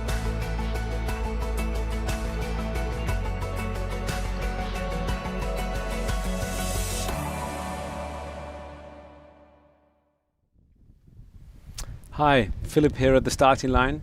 Just a few minutes, 6 minutes till the large boat start. That's a 35 to 40 feet. Next to me is Dirk Mano from UK Sales in Flensburg. Hello, Thanks Philip. very much for coming, Dirk. It's a pleasure to have you here at our humble Silverrudder Studio at our Silverrudder race. This is the 12th edition of the race. You've participated in the race yourself previously, haven't you? Yes, I did already 4 Silverrudders, the last 4 ones, and this is a very exciting race, and it's a very unique race you have created here with your team, and it has always been for me a very, very exciting weekend here, and it's a tough race. Yes. That's the 5-minute signal, ladies and gentlemen. 5 minutes till the start of the large boats. You say it's a tough race, Dirk. What makes it so tough? I mean, it's only 134 miles, and it's just around an island. Yeah, but you say it's only 130 miles, but I'm being ironic. It's quite a long distance, and you need between 20 and maybe 30 hours, depending on your boat and the wind and weather conditions. And that's quite a long distance to manage, and it can be very rough outside the sound here, and we are sailing at the north of Fyn, a very open sea and rough. Yeah, and I was being ironic. It's not just 134 miles. No, it's technically very, very challenging. You've got currents, you've got winds, you've got tides, you've got shoals. Unfortunately, several boats have already gone aground. Some of the absolute fastest boats in the small class have already had to give up. That was the 4-minute signal to the start of the race. Dirk, we'll go back to your opinion of the race and about the participants and why I specifically wanted you to come here today. Just as soon as the start's gone. Until then, I'd like you to spend a few minutes talking about the participating boats. I can see that our cameraman has zoomed in onto the Koopman 39, which is Martin Massenberg, the owner of Rhum, which is a lovely guy and a real aficionado, as I call it, of the Silverrudder. Yeah. He loves this race. He comes here every year. Now, that's not a typical Silverrudder boat, is it? I mean, look at the boats behind it. And yes. What would you say about the variation of boats that race this race? Yes, as we can see, the variation of different boat types and different characteristic of boats, and even the different characteristic of the sailors. It's a very wide range. We can see very modern, specially designed and constructed boats for short-handed or single-handed races. And on the other hand, we see very, very old cruising boats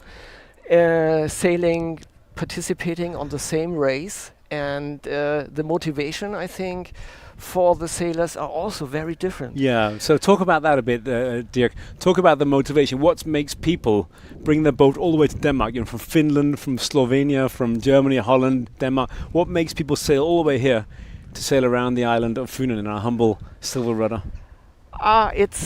It's very different. As I said, you created with your team here a very unique atmosphere. I have never seen such a friendly, peaceful atmosphere on any other race around the world. It is really something special, and I think people really enjoy coming to Svendborg, especially the day before the race when everybody arrives here. And it's such a great atmosphere, and even this morning I went to the dock, and you can even feel ashore this atmosphere, and it is really something. It is quite remarkable, isn't it? It is really something special. And yes, on the other hand, you have quite a lot of sailors which really want to see it from the sportive side. They really want to go for the best result, and They are tuning their boats and investing a lot of time to get prepared. Yeah. And on the other hand, I think there are lots of participations who are just looking for the personal challenge. Just the challenge. Do I manage to sail single-handed around Fyn? It is for many people. It's just a personal. It's the sailing challenge. marathon, isn't yes. it? That's 1 minute to the start. Let's talk about a few of the boats on the line there. So no, if you just zoom out a little bit, so we can see some more of the boats at the other end. Yeah. Right at the top of the line there's a beautiful wooden boat called Black Maggie, which is sailed by Wolfram Heidbeck. And I know that he's been a loyal customer of UK Sails Yes. of Flensburg for years. Yes. That's a remarkable boat. You know, the guy won the medium class, Yes. cut it in half, extended it by 2 meters, Yes. and won the large class and broke the records. Yeah. He's an incredible guy. Look, just in front of us here, returning to port. Unfortunately, that's Jan B. Hansen, the beast, in his Yes. Aulus 30. Yeah. I heard that he unfortunately grounded. That's really sad to see. This but is very sad. There's Yeah. less than a minute to the start of this race, so if you just zoom out again on the start there, Noah, perfect there. And you can see the boats approaching the line. There's Yeah. probably only about 30 seconds left, and notice how conservative they're Yes. starting to. You know, Yes. they're not bunching right up at the top of the line. Yeah. They're standing off a little bit, making sure that they don't get too close. Yeah. Which is ideal in these conditions. Now, the currents just started to turn. That was the Yeah. start of the line. One boat got an amazing start. Can Yes. you see who that is? Yeah. It's really nice. He was really just in time at the line. Perfect start. Absolutely perfect start. With a little speed already in his boat, that's- and that's really great. And most of the fleet is really very conservative, no speed.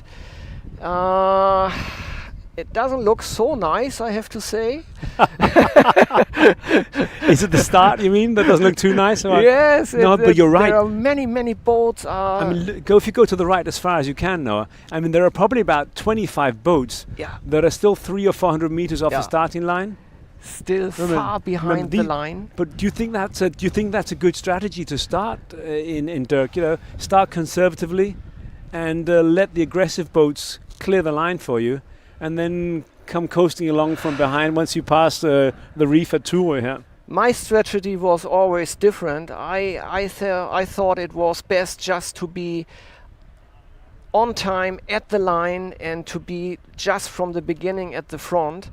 I thought it's maybe too difficult if you from the beginning in the middle of the fleet and you have to make many tags or you have no free wind for a long time.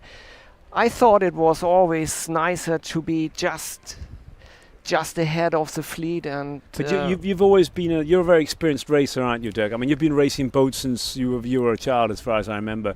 Now, some of these guys in these boats aren't aggressive racers. Yes. I mean, if you look at this, if you look here, the blue Yes. boat in Yeah. the bottom of the screen here. That's Martin Masnov of Vereinskeep. I mean, he's not going to go. He's not trying to win anything. He's going to go for a nice conservative Yes. start. Look, he's gone on to port tack now. Yeah. He knows he can't beat as high as a lot of the other boats. Yeah. He's in fact using his cutter stay. He's not going for a big head sail. Yeah. He's going to go for the conservative version, then get ready to Yeah. go about on the other tack. Yeah. Hopefully he'll clear these few boats on his starboard side. Yeah. Let's talk about some of the boats. So there's an IMX 40 there.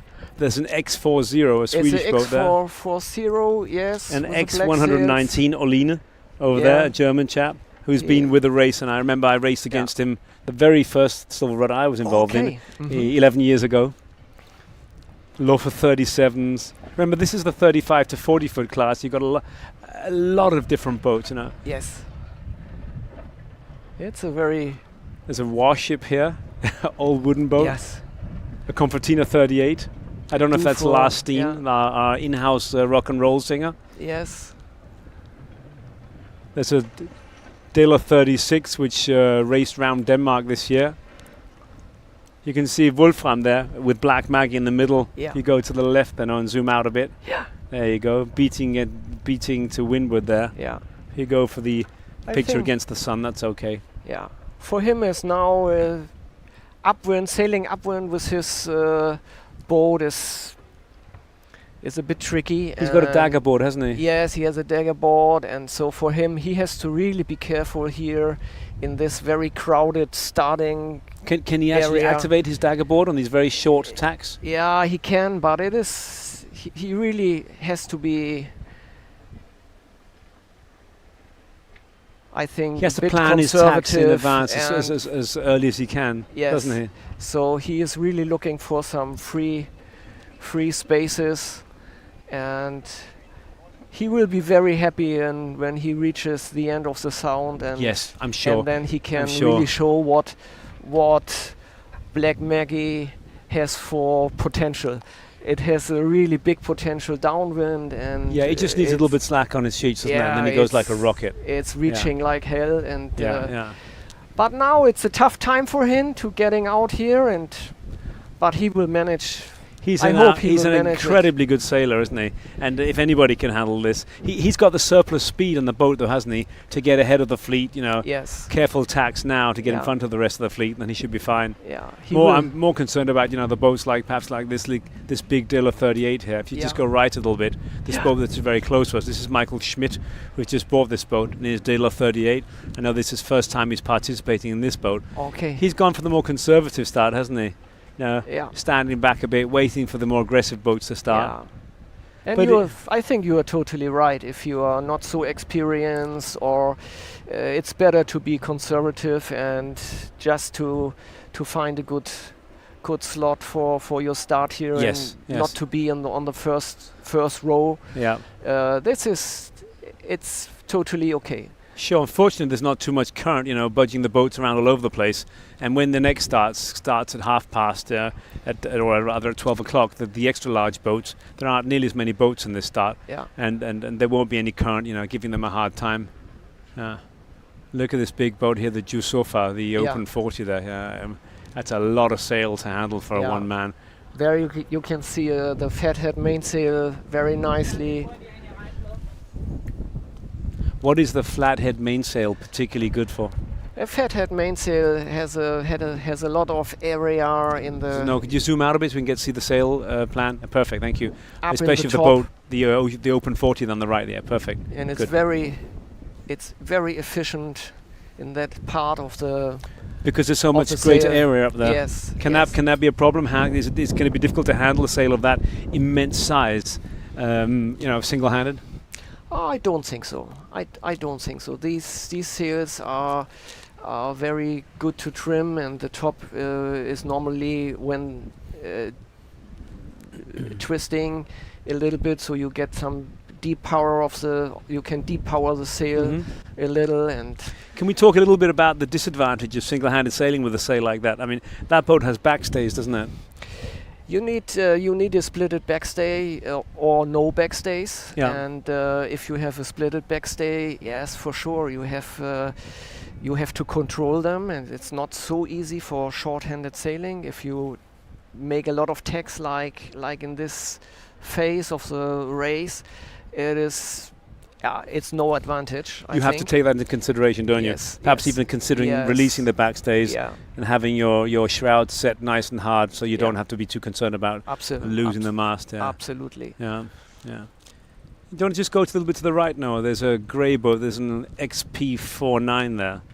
That's the biggest X boat with us, and what makes that boat interesting is that it's go further to the right there. You can see with the Den 35. There you go. That if you just zoom out a little bit, so you can see the whole boat. That X49 is electric, which Yes. means it has an electric engine. We interviewed him yesterday, and Yeah. the boat he specifically ordered that boat with electric specifications for blue water cruising. Oh, it's amazing nice. to see a boat that participates in a race like this, Yes. which has an electric engines under the aft bunks, and Yeah. fantastic boat. And he's had that boat for a couple of years. I'm not quite sure what the sound is, whether there's a commercial boat coming through the sound here. Oh, it's a wonderful It might be view that now. one motorboat there. Yeah. Just come back to the sound a bit there. No, back to the race. You can see the boats racing there, Yeah. panning out. You can see, there are some boats that are still. A lot of these boats. The X36 Sport. 5. Yeah, Yeah. he hasn't crossed the starting line yet. He's It's- literally yeah. just starting now, and it's now 11:37. So Yeah. 7 or 8 minutes after the actual start. It's- One could consider that to be a very conservative start. Yes. An X402 behind that. Maybe that's not crazy. Maybe that makes sense if you're not too keen on being bunched up with 50 other boats of that size. Yeah, if you see how crowded it is now. Very the crowded sound just here, there, isn't it? and the fairway is so is not so wide here. The fairway is very Yeah. narrow, Yeah. and beside the fairway there are very shallow water. Yes. So you have to navigate very carefully and watch your plotter. I'm sure most of the boats have plotters, and I'm you sure they will have. really have to be careful that you are not grounding just after the start. But it's difficult to focus on a plotter with 50 other boats around you, or Yes. 8 other boats around you, and that's Absolutely. technical. Absolutely. Yeah. So let's talk about the kind of sails that we see here. I mean, UK sailmakers in Flensburg are providers of sails for a large percentage of the boats here. I would almost dare to say that 30% of the German boats from the Flensburg area are your customers. I'm amazed to see how many of them, and that's why I invited you here today. Could you talk a little bit about the way the customers, what sort of sails they order? When they say I'm going to be racing the Silverrudder, do you have any sort of recommendations? What should you have in your package of sails for a race like this? Yeah, some customers are just coming with their standard sails they are using also during their cruises. We are very popular for we call it performance cruising race sails. We are making most of our sails are really performing very well, lasting very long, and this is very interesting for a lot of customers here having good sailing boats with good performance. They also want a good performing sail. Sure. And if they most of the customers they are doing some races, not every weekend, but some. They do a lot of cruises, and most of the customer they want to do both with their They sails. don't want to be changing sails all the time. They People don't- like me. They don't want to change sails. agree. They Yeah, say, yeah. "Oh, we want to have one inventory, and I would like to do some races with it, but I would like also to use them for my cruises." And this is what most of the people do.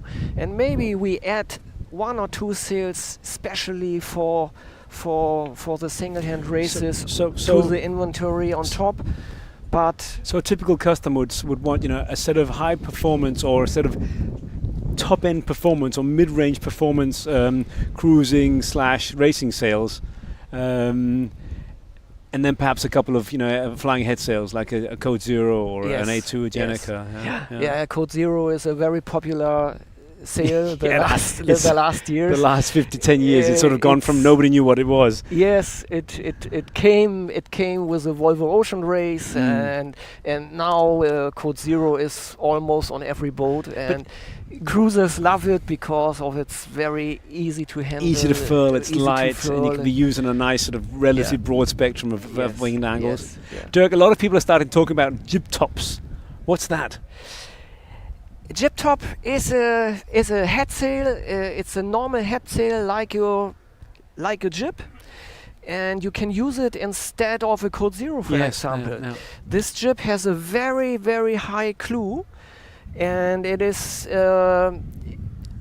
not bigger than your January 3. So if your January 3 is your biggest head sail in your inventory and in your measurement certificate, the jib top will be not.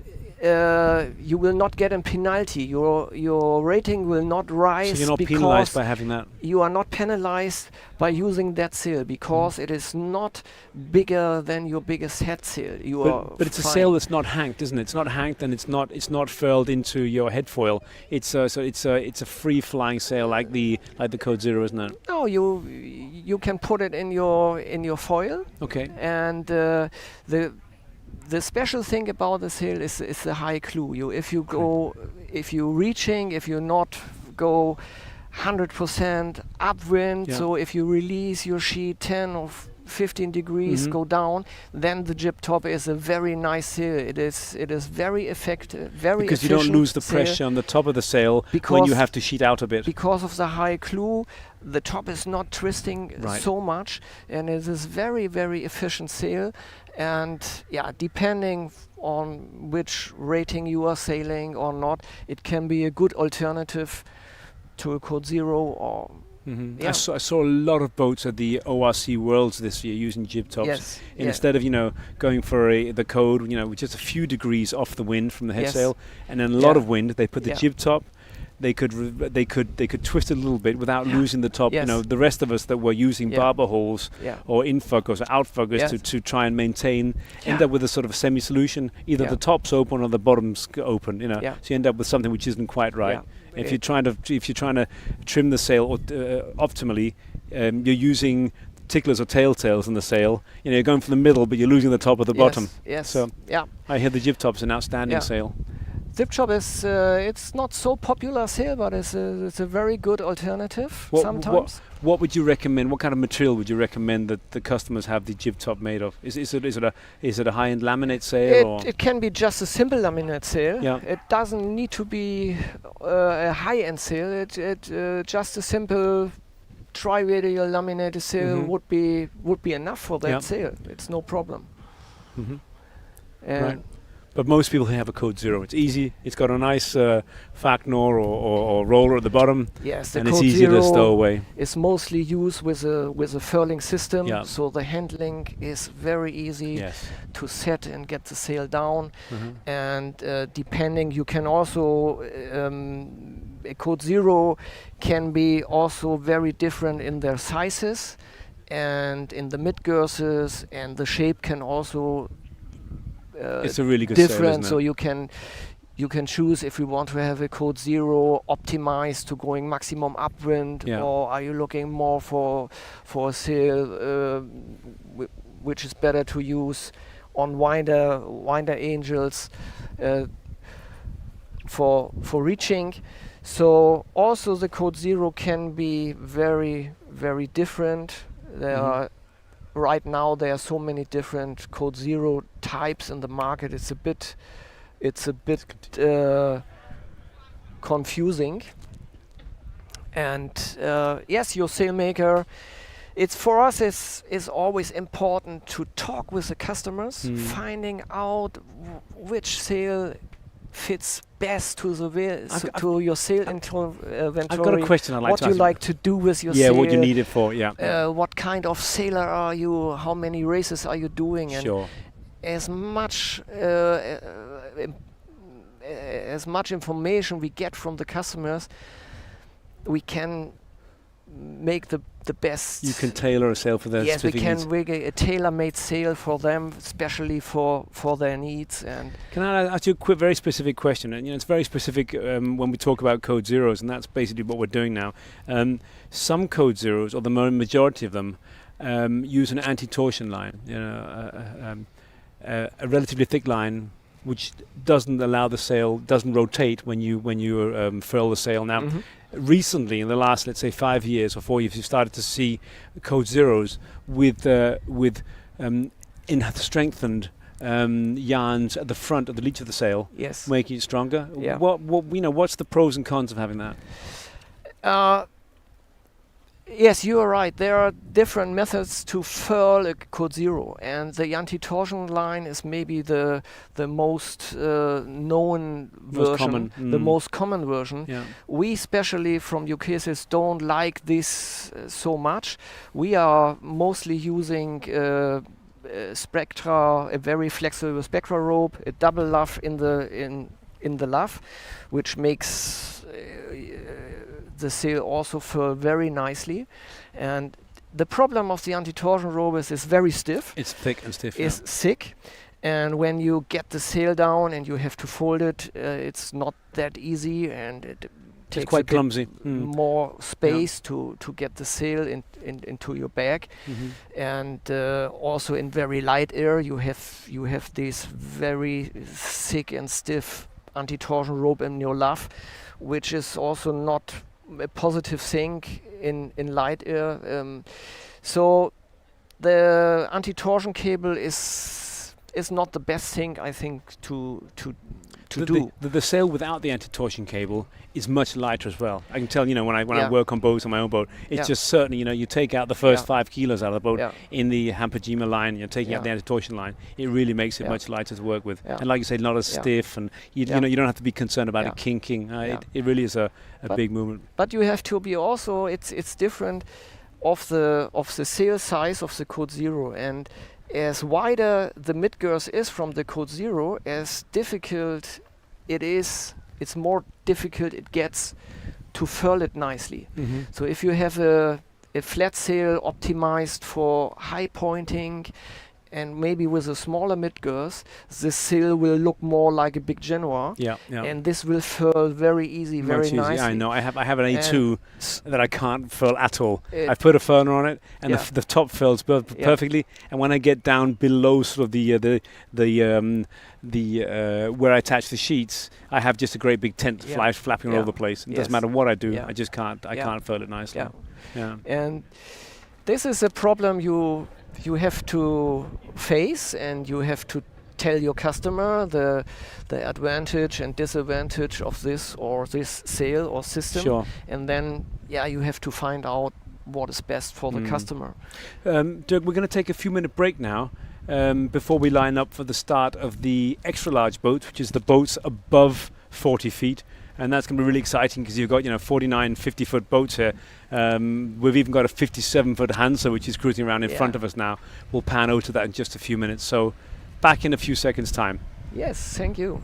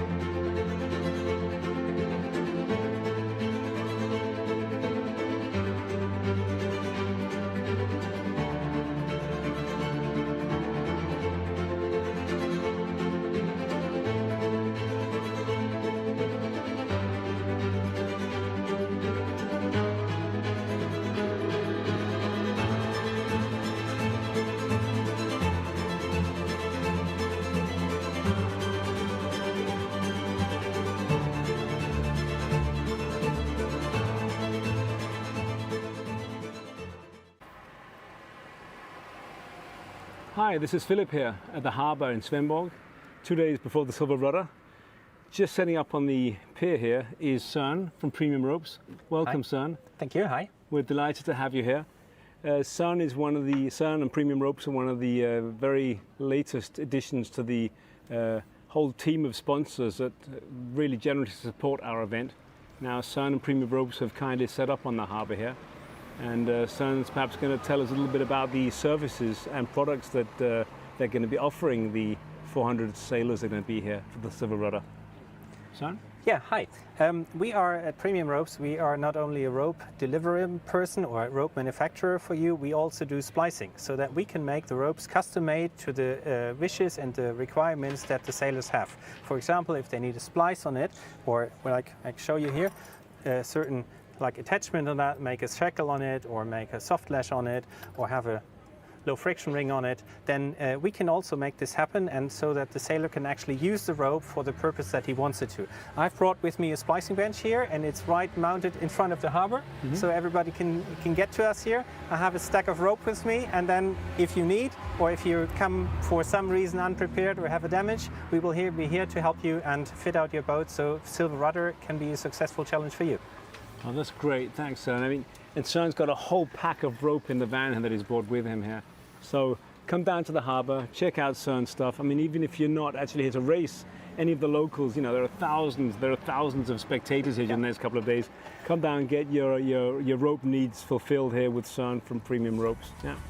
Thanks a lot for coming, Søren. We appreciate your partnership. It's a pleasure being here. So looking forward to meet you all.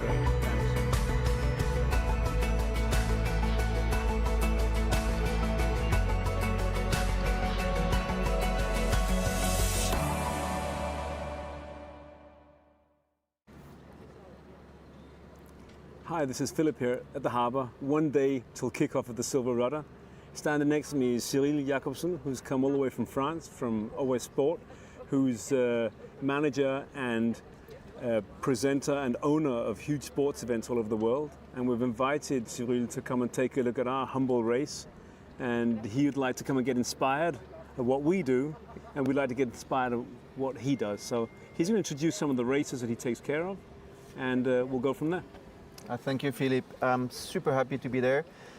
Thank you for the invite. Fast-growing event, single-ended. We love that. The format is just great, and congrats for your job.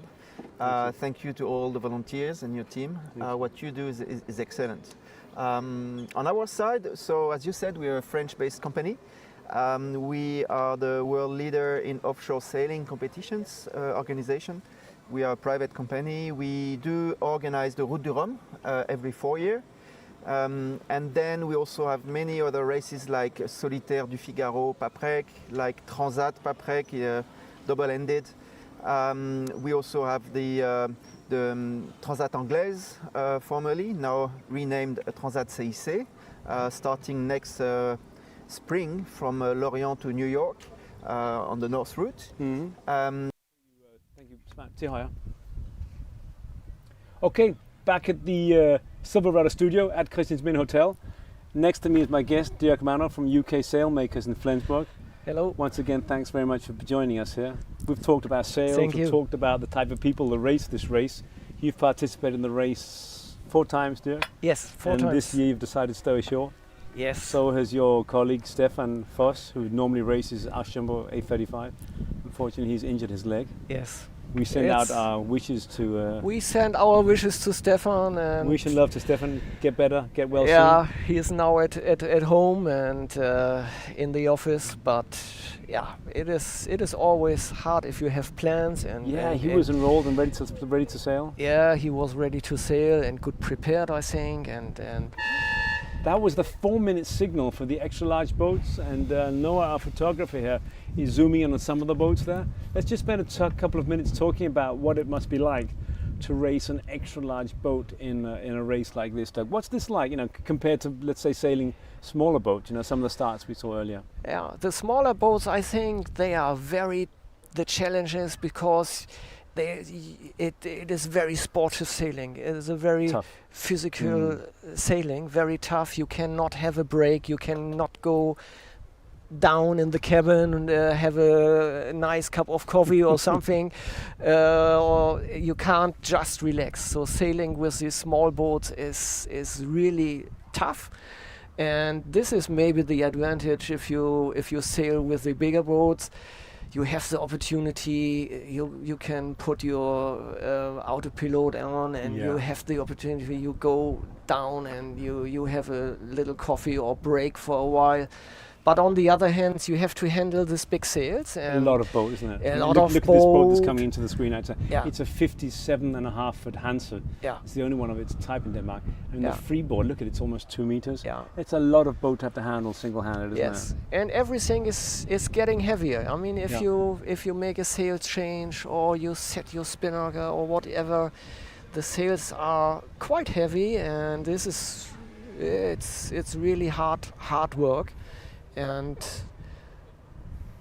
yeah, this is very different. I think it's sailing. Tough going. If you look at the difference of the boats, the boat that's coming towards us now is Martin Meridine. If you go right a little bit north there and zoom out a bit so we can see more boats, that's Martin Meridine and his landmark 43 now. I raced that boat, and that's a really big boat. Yeah. But looking at it compared to the Asgard and the Hansa 575 at the back, it looks like a J70. Yeah, it looks so small. Yeah. I know the angle, doesn't really give us a realistic view of it. But some of the boats there, the X49 E electronic boat, amazing boat we visited yesterday. I know the Kræn Nielsen, the CEO of X-Yachts, is racing on a 4.3 here today. Quite a few X-boats. So there are 2 Landmark 43s. That's the first time we've ever had that. Okay. Have you raced a Landmark 43? No, never. We always race. We race against the Landmarks a lot of times. Yeah. But I have never raced with it. But you can see here how fast they are, and they're powerful, fast boats.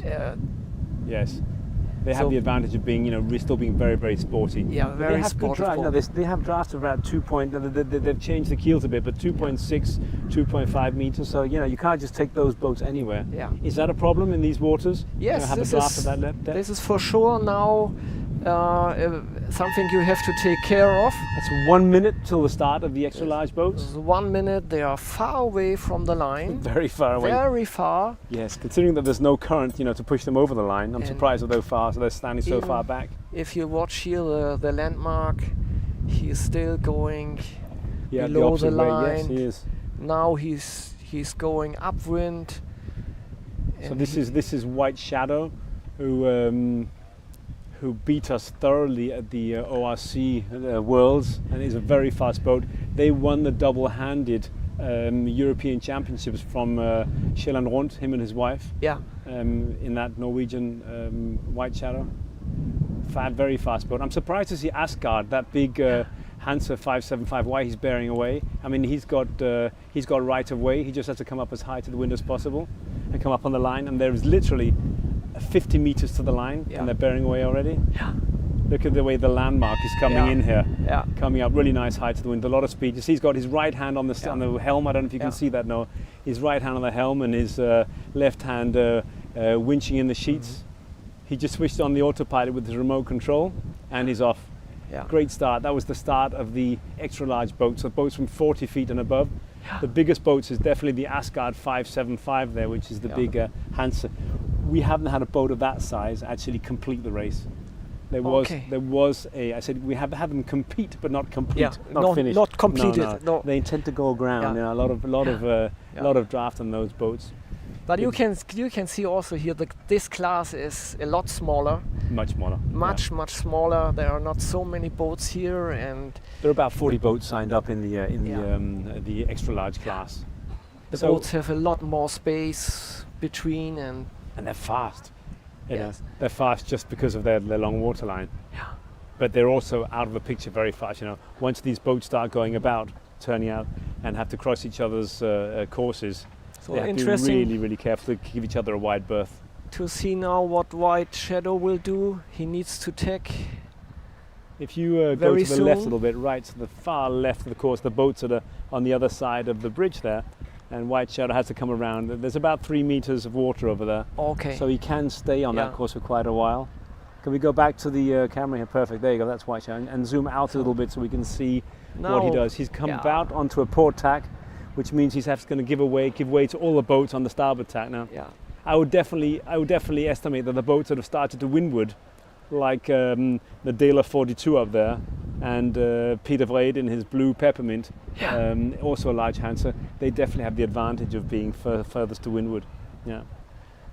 So White Shadow needs to give room for many boats now. And Fleming, do we have Troels Lykke on the water? We don't. Okay. We'll just continue from up here. Yeah, White Shadow has to go about, go astern of many boats. But on the other hand, once he comes right up to windward, they have the advantage of maybe being able to go a long way without having to give way to any more boats. Yeah. And some of the boats haven't crossed the starting line yet. There's a big deck saloon boat just crossing the line now. Looks like it could be a Moody or something like that. Hopefully he's in no great hurry. I mean, that boat can easily do very well, a Swedish boat. When I say he's in no hurry, he's no hurry to cross the starting line now. But with a conservative start, he could easily be one of the boats that ends up with an advantage of not having to give way to 20 boats all the time. So these are the 40 to 45 foot boats. I know a couple of these boats expressed concern about having to tack against the wind in such narrow waters.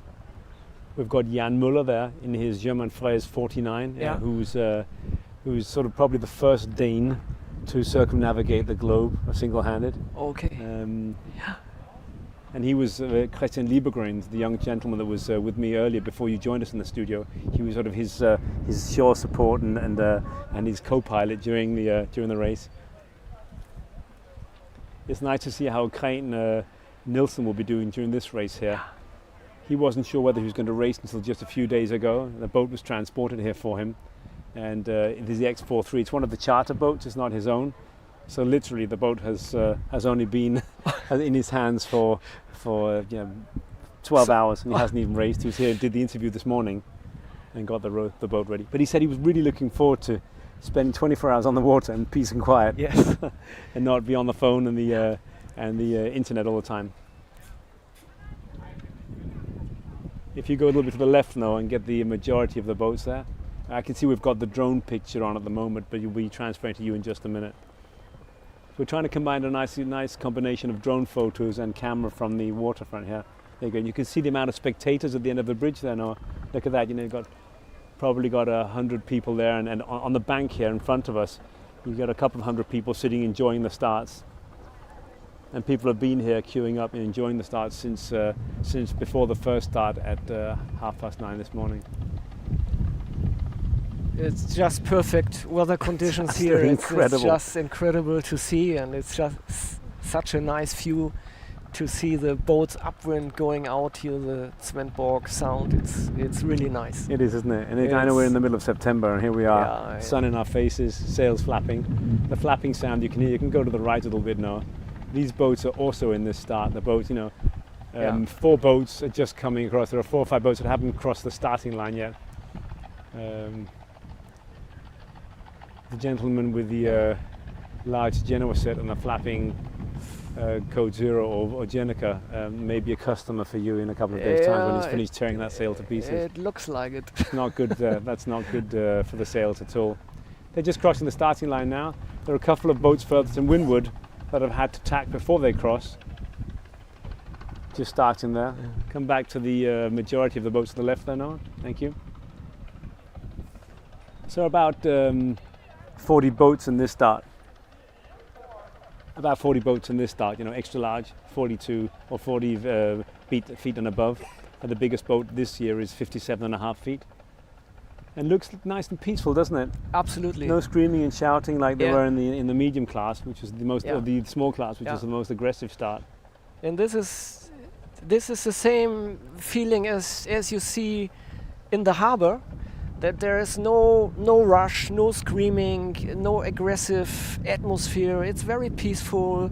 People helping each other, and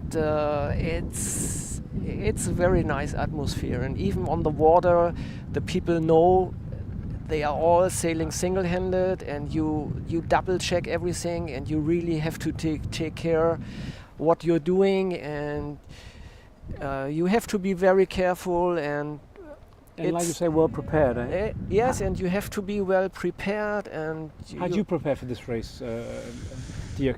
I know you've raced the race 4 times. How do you sort of physically and mentally prepare yourself for this race? I always try to be very good prepared for every race I do. I check my boat very carefully in every detail. I check my sails in advance, all the fittings, all the screws, everything. And I also go practicing. I'm practicing. I went out a couple of times to practice special maneuver for single-hand sailing. It is different if you sail with a crew on board or alone. And this is something I really do practicing. And so what kind of maneuvers would you practice to make sure that you're ready to do this single-handed? What would sort of pose a bigger challenge than when you're sailing with a whole crew? If you drop your huge spinnaker without a furling system, if you drop it just by hand, you have maybe a different technique to get it safely down. And all sort of things, they are very important to know, and you have to know your boat very well when you do things like this. You have to be good prepared, and this is one thing for me it's very important to come on the start with a good feeling. You know, you're prepared. Yourself are good prepared, your boat is good prepared, and so the feeling that you've done everything you possibly could. Yes. What did you sort of try and find the limit? Where is my limit with this sail? Where is my limit jibing? Where is my limit dousing this sail? Taking down a sail. Yes. Do you try and find that limit when you're sailing single-handed? Yes. Before the race? Yes. It's very important to know which sail can I use next. How long, on which angles can I use this Chinook or this sail?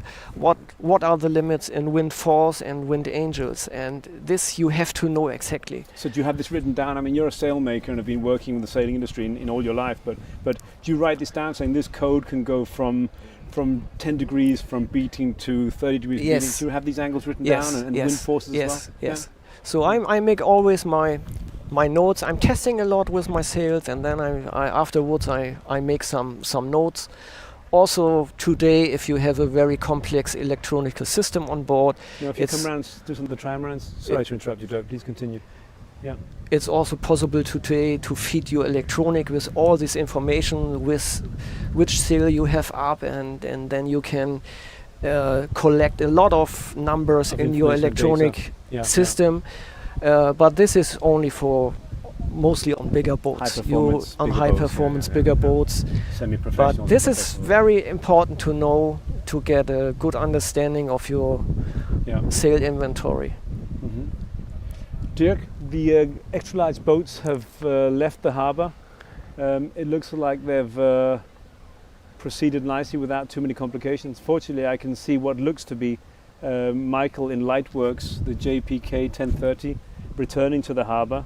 Yes. Lightworks. It looks like he might have gone aground on the way out or had damage, unfortunately, which is awful because it means one of the some of them are real contenders for the small champion has gone aground. Yeah. I don't know if that trimaran has gone aground as well on the other side there.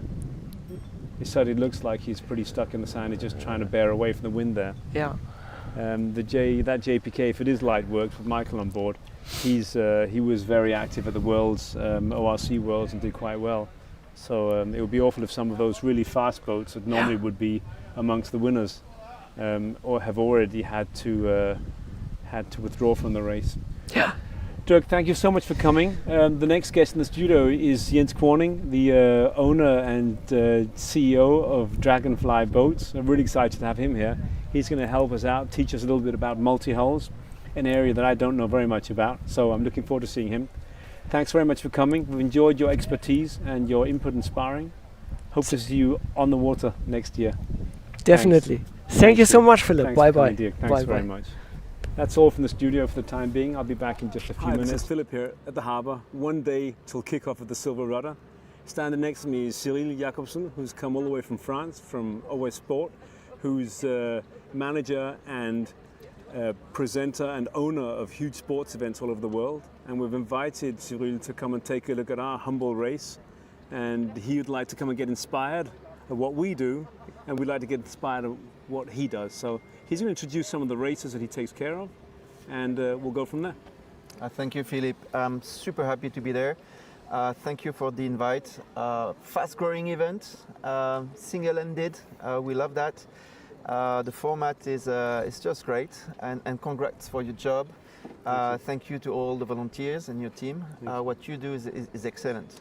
On our side, so as you said, we are a French-based company. We are the world leader in offshore sailing competitions organization. We are a private company. We do organize the Route du Rhum every 4 years. And then we also have many other races like Solitaire du Figaro, PAPREC, like Transat, PAPREC, double-ended. We also have the Transat Anglaise, formerly, now renamed Transat CIC, starting next spring from Lorient to New York on the North Route. And our next big event is going to be this January. For the first time in history, we will launch around the world multi-hull single-ended race on the Ultim. It's the biggest one on Earth to race with. There will be 6 of them at the start. So yes, a very, very busy planning of offshore sailing, starting mainly from France and going either in the West Indies or in the US or around the world. So it's basically the multi-hull equivalent of the Vendée Globe, which is hugely famous. Oh, the race I just mentioned, which is the Arkea Ultim Challenge, is the same format as the Vendée Globe, solo, around the world, non-stop. Fantastic. So yes, it's going to be very interesting to watch and follow. Well, Cyril, our boats are nowhere near that caliber. I mean, as you can see, we have folk boats, LA28s, Seascape 18s. They're not going to be racing the Vendée Globe or the Route de Rhum or the Solitaire de Figaro. So tell us how we can inspire you or you can inspire us? Yes, I mean, first of all, you know, sailing is a small world. And being there and exchanging with all the sailors here, even amateurs, is always interesting. And we have races for them, and we have new formats that could be also interesting for them. For example, as an innovation next year, we will open the Solitaire du Figaro PAPREC, the first leg, to amateur.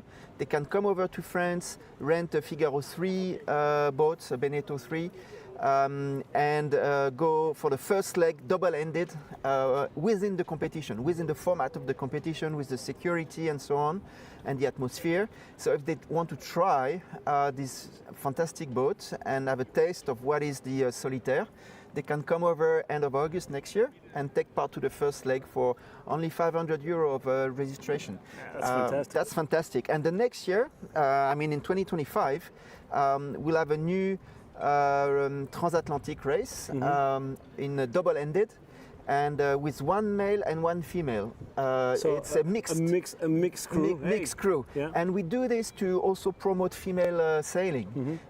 So for all the women and girls who are maybe afraid to go through the Atlantic solo, single-ended, they can do it on a Figaro 3 with their friend or their husband, and take part to the race. Because that's really one of our biggest goals, is to try and increase the number of female sailors of the race. You know, we only have 7 or 8 ladies sailing this year, and we'd love to see 50. In fact, last year I promised that if we could reach 50, I would stage a big party afterwards, so they could dance and enjoy each other. Yeah. It's worth remembering that this is one of the very, very few sports where female and male compete together against each other. Yeah, without handicaps. Without handicaps. I mean, there's equestrian and sailing. Yeah, they're the only two. Yeah. So we need to push for more women, and there's fantastic story of very good women at sailing, like Ellen MacArthur, who we've been helping in the past through our company. There's a lot of Florence Artaud, famous women who can win and be faster than the men. So they shouldn't be afraid and race against them. So get out there and get a boat. And why not start it by doing the first leg of the Solitaire with Figaro at Cyrille's race next year? That would be fantastic. You would be my guest and very welcome. Thanks, I've enjoyed that very much. Thank you, Philip. And thanks a lot for coming. Thank you. Good.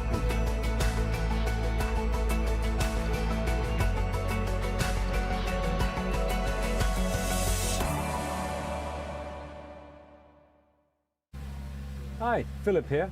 We're on board John's outstanding X49E, E for electric, electrically propelled.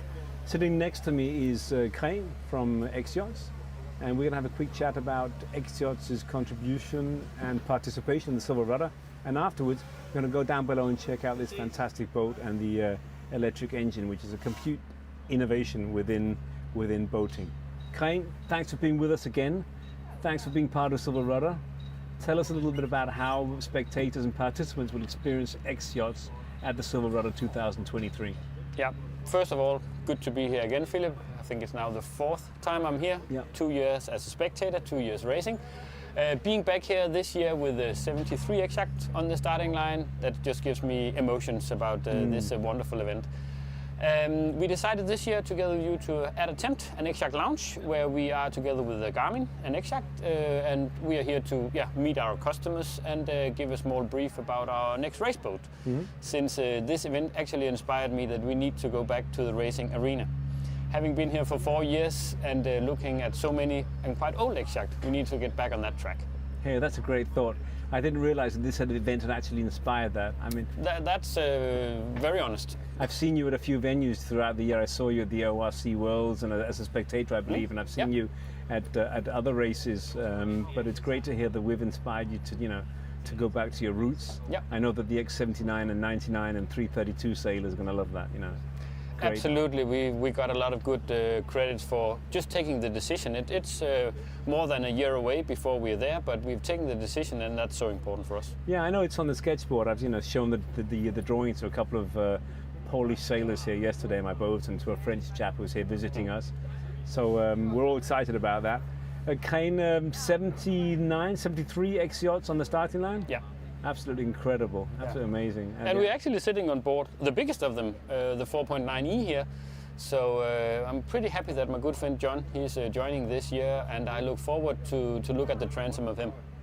I was going to say, I look forward to beating him. You say, no, he's a friend. We'll see if that's the case. You have to be very careful not to beat your customers too thoroughly if you want them to come back for more. Exactly, I'm just here to have the fun. That's great. We're really psyched to have you back. It's great, Kræn. And in a minute, we're just going to go down below and check out John's fantastic boat. Kræn, thanks for coming back. We love you being here. We love X-Yachts being a part of the Silverrudder adventure. Great.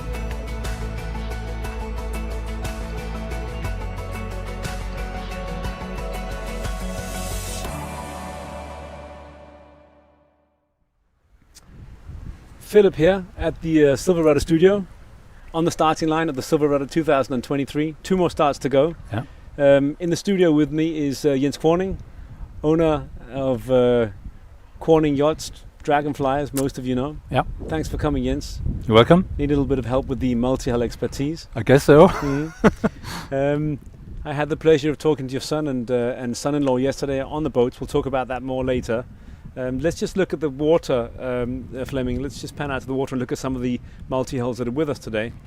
And Jens, perhaps you'd like to talk us through what we see in front of us. Talk a little about the type of boats that are here and what we can expect from this small multi-hulls, which is multi-hulls below 28 feet. Yeah. This is again the smaller feet up to let's say 27 feet. 28, yeah. 28 as up to 28 feet.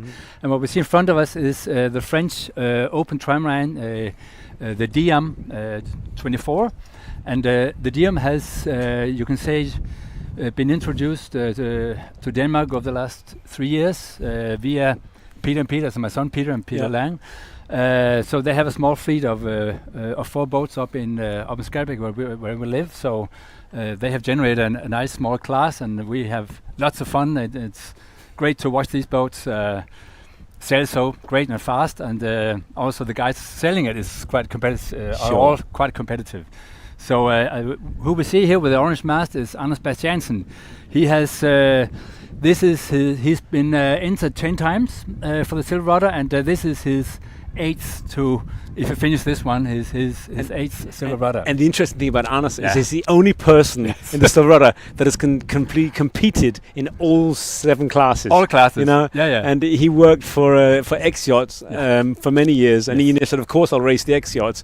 But then he started moving out and says, kind of other boats, Melga's 24s and the Diam 24s.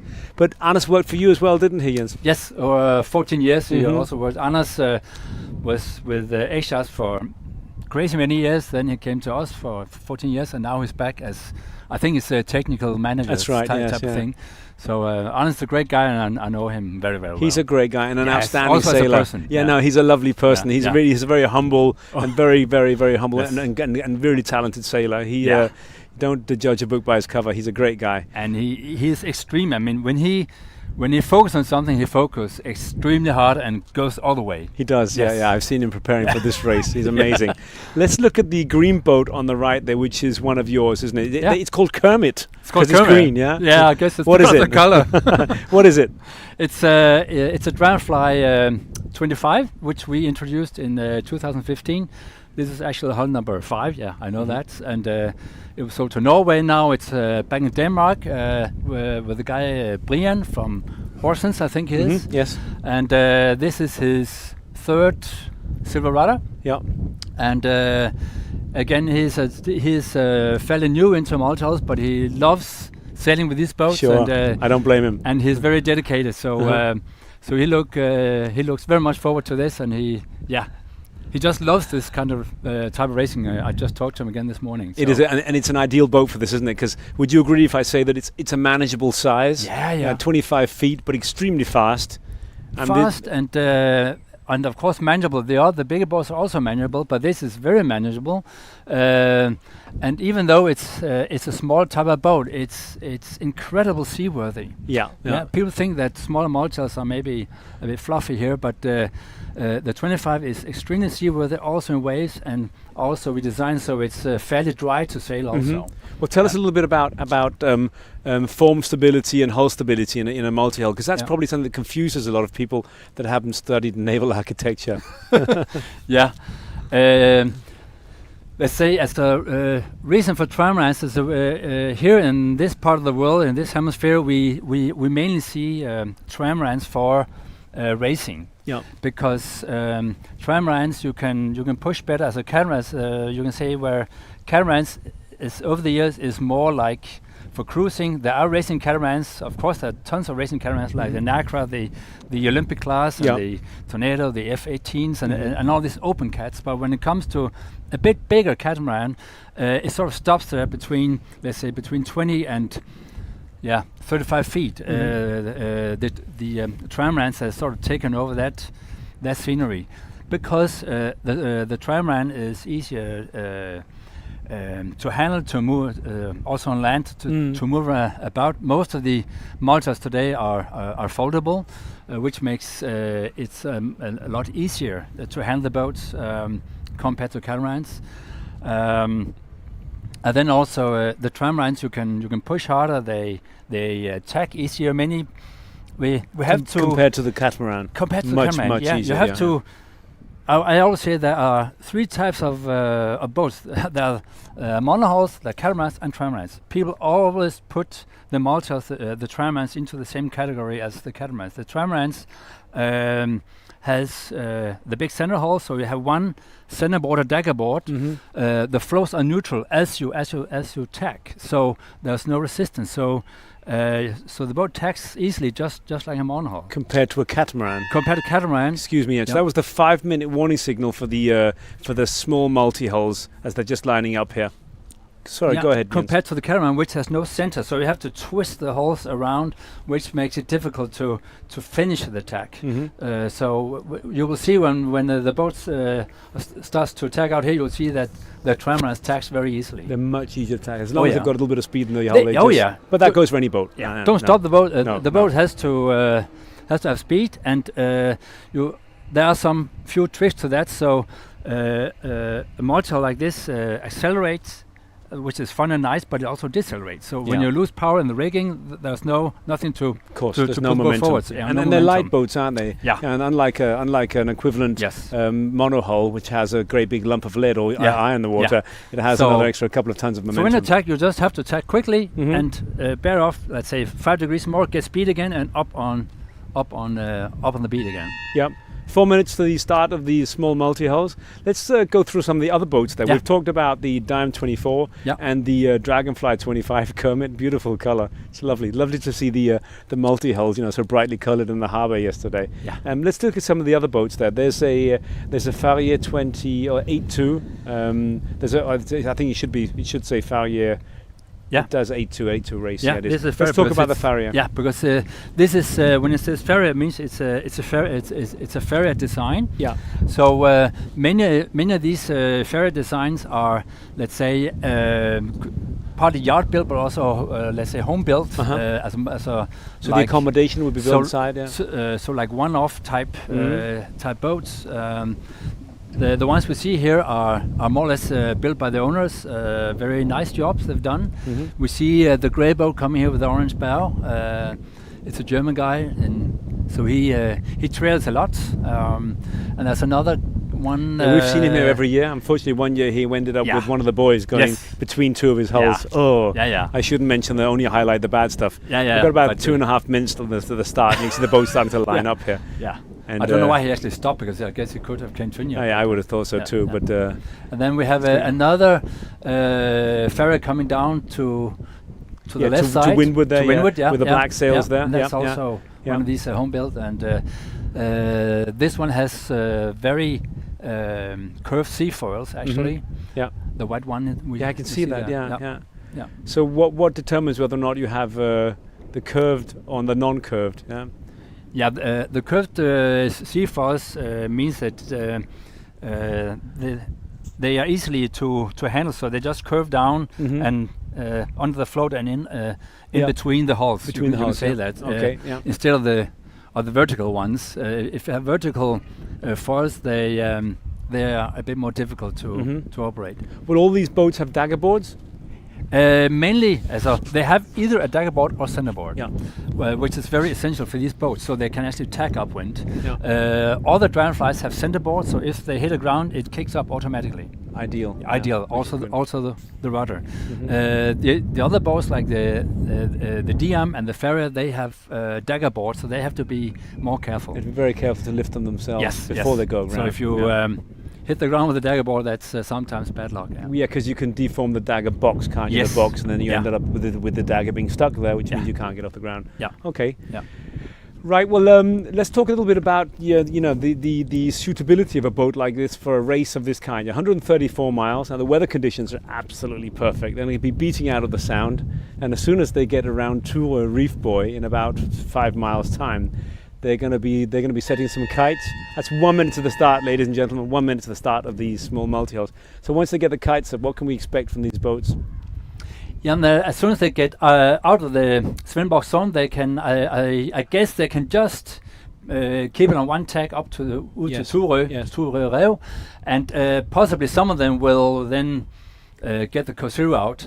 Some of these boats has a very flat cut Cosiro, so they can actually almost point 55 almost degrees. Genoa flat. Almost Genoa flat, yeah. So they go very high to the wind in these winds. They winds. will pull out the Cosiros and make very good speed out to Turø. So what speed will these relatively short boats be making? Let's 24-foot boat. How fast do you think they'll be going? This morning or by more wind, you mean? Or like now.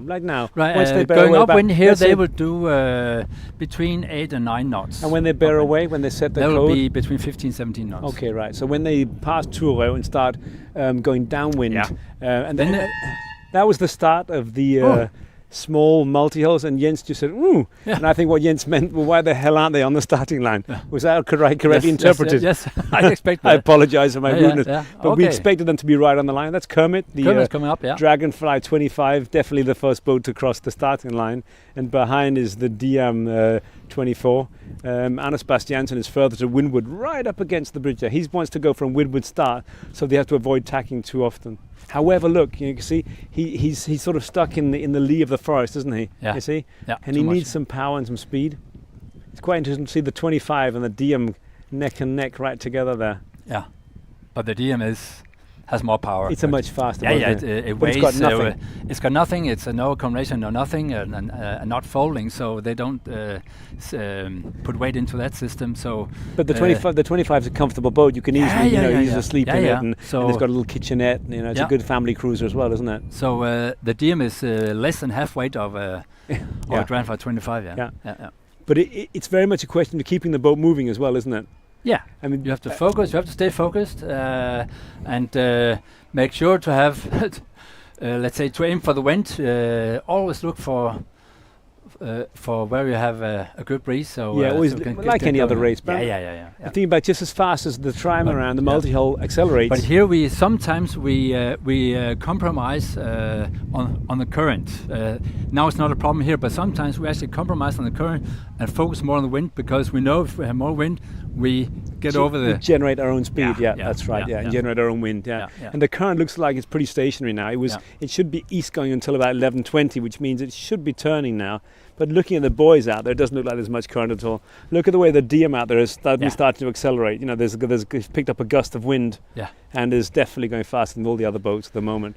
And what's the draft of these boats, Jens? I mean, roughly 1.5 meters, as 1.5 meter, as 5 feet. So not restricted like some of the big boats we just saw with 2.5, 3 And again, meters. as I told before, those boats with the kick-up centerboard, they if they hit something, doesn't matter. It just kicks up. They just kicks up, and then they tack and go on again. So you can actually go. You can actually challenge the depth of really? Sometimes. And is it built? You're probably going to say yes, but is the Dragonfly 25 centerboard? Is it built in a manner where you can safely go aground? Yeah. Let's say on a sand or a shoal, and not have to worry about it snapping or something. Yeah. Is it strong enough? Yeah. Okay. Yeah. So it's what's it made of? Composite.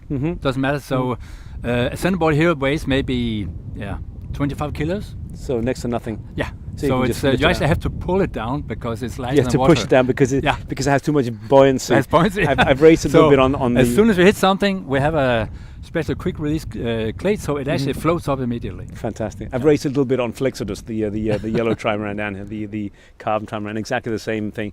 But if the boat's moving too fast, the leeward hull, the daggerboard can get very heavy.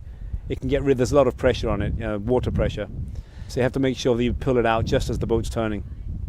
Sorry, I didn't understand the question. The dagger board, the dagger board in the leeward hull. If if during a tack you try lifting out the dagger board. Oh yeah. Before the boats come into the tack. Yeah, very few boats have that. So you will see it on the yellow Flexodus. Yeah, that's the one I've raced. That's okay. Yeah, that's the only one who has this system. Oh, is it? Yeah. Okay. Yeah. So that's why I was not sure what you I asked for. understand, because that's the only one I've raced here. Yeah. All our boats only have one centerboard or dagger board in the center. All right. All these boats have it only in the center. Yeah, okay. Yeah, so you don't have to pull it up and down. No, because that's if hard you have work. that system, that's hard work. Yeah, because as soon as you move the boat, it stucks. Yeah, that's what I was saying. As soon as there's some hydrodynamic force against it, it's almost impossible to pull up. It jams. I wasn't strong enough. Yeah. This looks like a very peaceful start, doesn't it, Jens? Yeah. You know, you've got 9 boats. 6-7 boats, and you've literally got no panic. You've got the one at the back looks like a one-off. I have to be careful what I say. Perhaps a home-built boat. The back one has a funny story, and that's 50 years old. Is that the Seacart 26? No, no, that's a Sigma. Oh, it's a Sigma. I see. Yeah, it's actually the first folding trimaran ever built. Oh, amazing! Yeah, by a German airplane engineer. So it's I'm very surprised to see it here because it should be on a museum. Are there many of them? No, only a handful. Yeah. So that's actually. Did that inspire dragonflies? They're folding? Really? Yeah. Incredible. It's good to see. Not much, but the concept. But the concept, yeah. Mm-hmm. Yeah. Amazing. The next boats are going to be starting at 1:30, or at 1 o'clock. Are the big multi-hulls. Let's talk about them. Yeah, there are some really powerful machines there. Yeah. Let's talk a little bit about the fabulous new Dragonfly 40C Performance that we had the pleasure of visiting and looking at yesterday. Yeah. Amazing boat, double helm at the stern. Yeah. All the lines are nicely tucked away there by the helmsman, and so are the winches. Yeah. Almost flush decks. Let's talk a little bit about what inspired you to make a boat that in some respects almost looks like a monohull in its layout. Yeah. Tell us a little bit about that. You can call me, I'm a sailing nerd, I'm a sailing fanatic. and I and my team have spent so much time on the water, so we think we guess that if we can come up with something we think works great for us, I guess other people will enjoy it too. So with all the dragonflies, one of the important things that goes for all the boats is that you can sail the boat, one person maneuvering all the sails, not all the sails, but main and head sails from the cockpit, and reef the sails, so you can actually sail the boat, one person. People think they don't sail one person, but many times if you are sailing like a couple and the other one is down sleeping or reading a book, you are often actually sailing the boat alone. So you can actually, in this way, sail the boat one person. All the dragonflies you can sail one person. Amazing. And it's definitely become facilitated by the fact that you now have all the controls right at the stern of the boat. Yes. So the Dragonfly 40 has an amazing cockpit, and there's nothing new because this kind of design is made by monohulls, but it's the first time that we see it on a trimaran, on Malta. That is, that everything comes back, so we have a completely free section, forward section of the cockpit. There's suddenly a huge, lovely open cockpit. Yeah. So you can easily have guests with drinks and so forth. They can enjoy it while the freaks in the back can do some sailing. Yeah. I want to come back to talk about that in just a minute. I can see we've got pictures from Troels Lykke, who's on the water now. Let's move on to Troels so we can do some live streaming directly from the water, Flemming, if we can get some sound on him. Passing the studio over to Troels. The word is yours. Go ahead, please.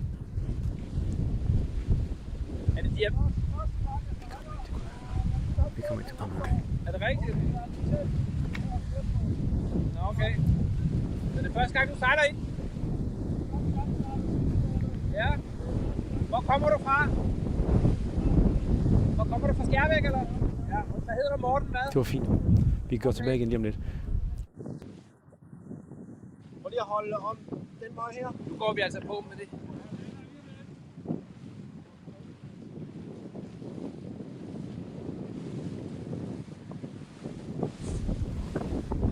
So what does it look like, Troels? It looks from the pictures we can see from here, it looks very, very calm, but the boats are still moving at a fantastic speed. That's the Diam 24 you've got in front of you there. Tell us a little bit about what you see.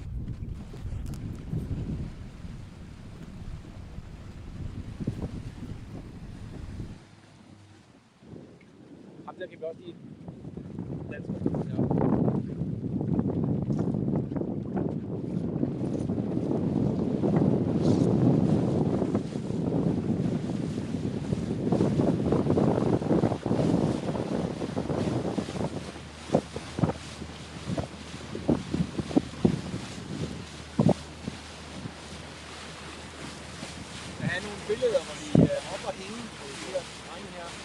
Her har vi en flerskovsbåd, der kæmper.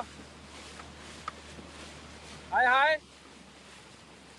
Hvad hedder du? Anders Christiansen, ja.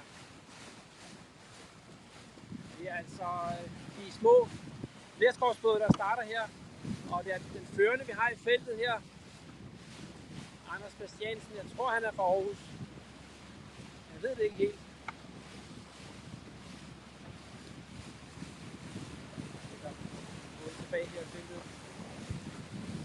Men altså ikke en helt ny båd. Jeg tror, sejler på siden af ham.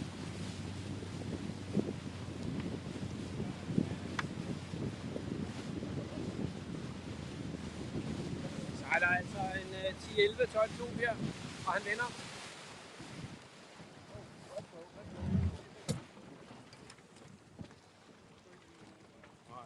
Jeg tror ikke, der sker noget. Okay. Og der kom vi altså lige lidt for tæt på. Der var lidt nærkontakt her. Det var ikke så godt. Men ja, vi skal tæt på, men vi skal trods alt ikke sejle ind i bådene. Ja. Men det gik. Ja. Her kommer den næste flerskovsbåd. Vi venter lige på ham her. Og vi er altså live på herude fra Svendborgsund i Silverrudder. Og det er altså de mindste flerskovsbåde, som er kommet afsted. De har en dejlig fart. Der er dejlig vind og medstrøm i Svendborgsund. Det er altså en tysker, der vinker her. Alle er glade. Og jeg tror, vi har den grønne der, hvis vi kommer lidt tættere på, en Dragonfly 25. En dansk boardingbåd fra Skærbæk. Prøv lige at komme lidt. Well, back to the studio here with Jens. We're looking at the Dragonfly 25, the Kermit itself, beating into the Svendborg Sound with look at that amazing picture of the clouds and the blue skies. How much wind is there out there, Jens? Let's see, we have, let's say, 6-7 meters per second. Something like that, about 12 knots? Yeah, 12 knots, yeah. Yeah, that's fine, you know, that's good. Ideal conditions, wouldn't you say? Yeah. Also, there's no drama here, so if you, as soon as you, let's say, get up to 18-20 knots, that's where much more happens. Where it starts getting a bit exciting, does it? Then it gets as nothing to be nervous about, but that's where it gets really fun. So you get up up when you get up to 9, 10, 11 knots. Ideal. Yeah. You know, we're quite pleased there isn't more wind because this start is quite conservative, but we've had a start with 140 boats in it, which is a little bit more hectic, and I wouldn't like to see 140 multi-hulls on the same start at all, not in this very narrow waters. Well, you can see some really, really nice shots that have been taken by Troels Lykke from MinBaad, and that's Kermit, the beautiful Dragonfly 25, just coming about onto a port tack. Yeah. And then just a few seconds ago we saw Anders Bastiansen in his Dime 24. I don't think that was Anders there. I think that was the other Dime 24, but Anders is further ahead. He's definitely leading the pack. Sorry to interrupt, but you can see here how easily the boats, how easily the tramlines are tacking here. So how quickly, it's just easy. They turn about their daggerboard or their centerboard, no problems at all. No problem. And the next start that we're going to be commenting on in about 16 minutes is the boats that we can see on our right here. And perhaps you can go back to the camera. There you go. Tell us a little bit about that amazing boat in the camera there, Jens. Yeah. That's our flagship in our fleet, the Dragonfly 40C Performance, which is partly full carbon, let's say 50% carbon. The center hull itself is vinyl ester based with a lot of biaxial fibers, but the floats, the beams, the central main bulkheads and the centerboard trunk is made in high-tech carbon, made in autoclave. As are all the spars, yeah? As all the spars are carbon. We only do carbon spars. So tell us a little bit about why the main hull is made in vinyl ester, and you said enhanced with fibers. Yeah.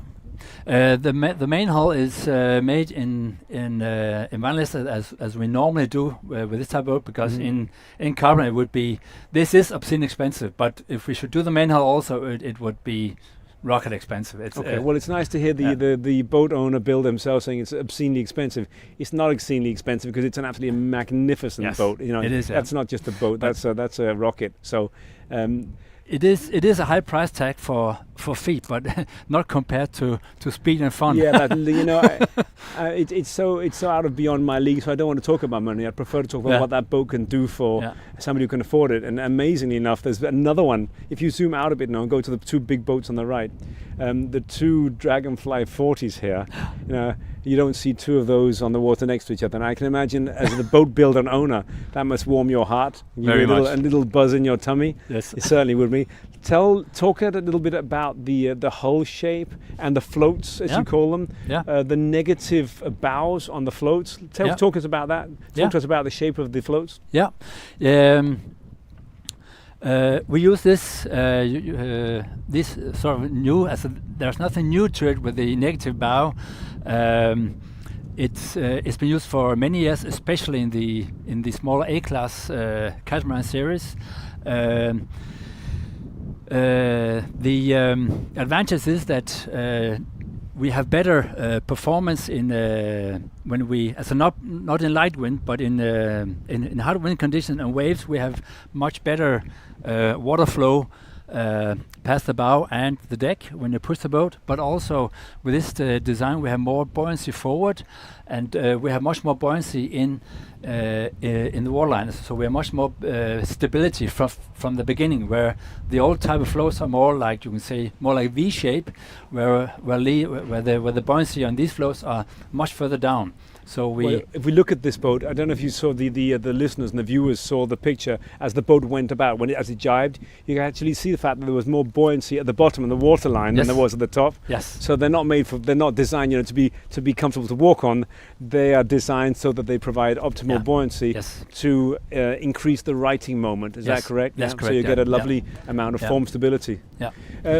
Jens, I don't want to get too technical because I won't understand it anymore, but talk us a little bit through the forces. I mean, on a boat that wide, and when a boat that wide starts to heel over, something happens with buoyancy on the leeward side, but there must also be huge forces on the windward side from the mainsail pulling a float which is no longer submerged.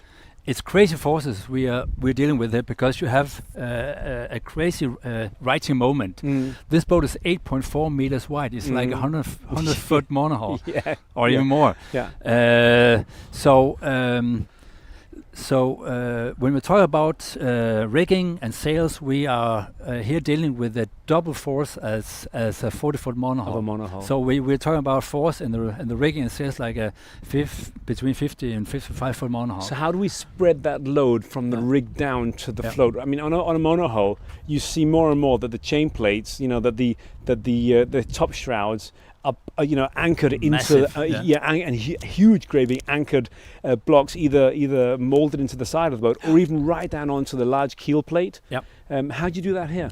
Here we have the advantage of the great beam we have. So we don't put the top shrouds on the center hull deck. That would be crazy. So we have much better angles on the side stays as they go to the floats. So we have much better angles, and in that respect, less load to handle. So if we can take the load down here, the better we can spread the load, the less weight we need to construct in the boat. Sure. So you have two attachment points on each of the backstays, don't you, holding the rig? Yes, we do, Mm-hmm. So we have one main chain plate and a sort of a backstay type thing so we can give extra tension on the rigging. But we call it backstay, but you don't have to deal with that when you're tacking. I understand the backstay is the wrong word. I understand it's the wrong word because it's they're not an adjustment system. That's right. They're not dynamic. The only time you slack them off is when you have to fold the floats. And if I'm not have misunderstood. Now there's about 30 minutes to the start. Now you've got these two Dragonfly 40Cs, and the C obviously stands for carbon. The floats are carbon. A lot of the construction of the boat's carbon. The spars, the rig is carbon.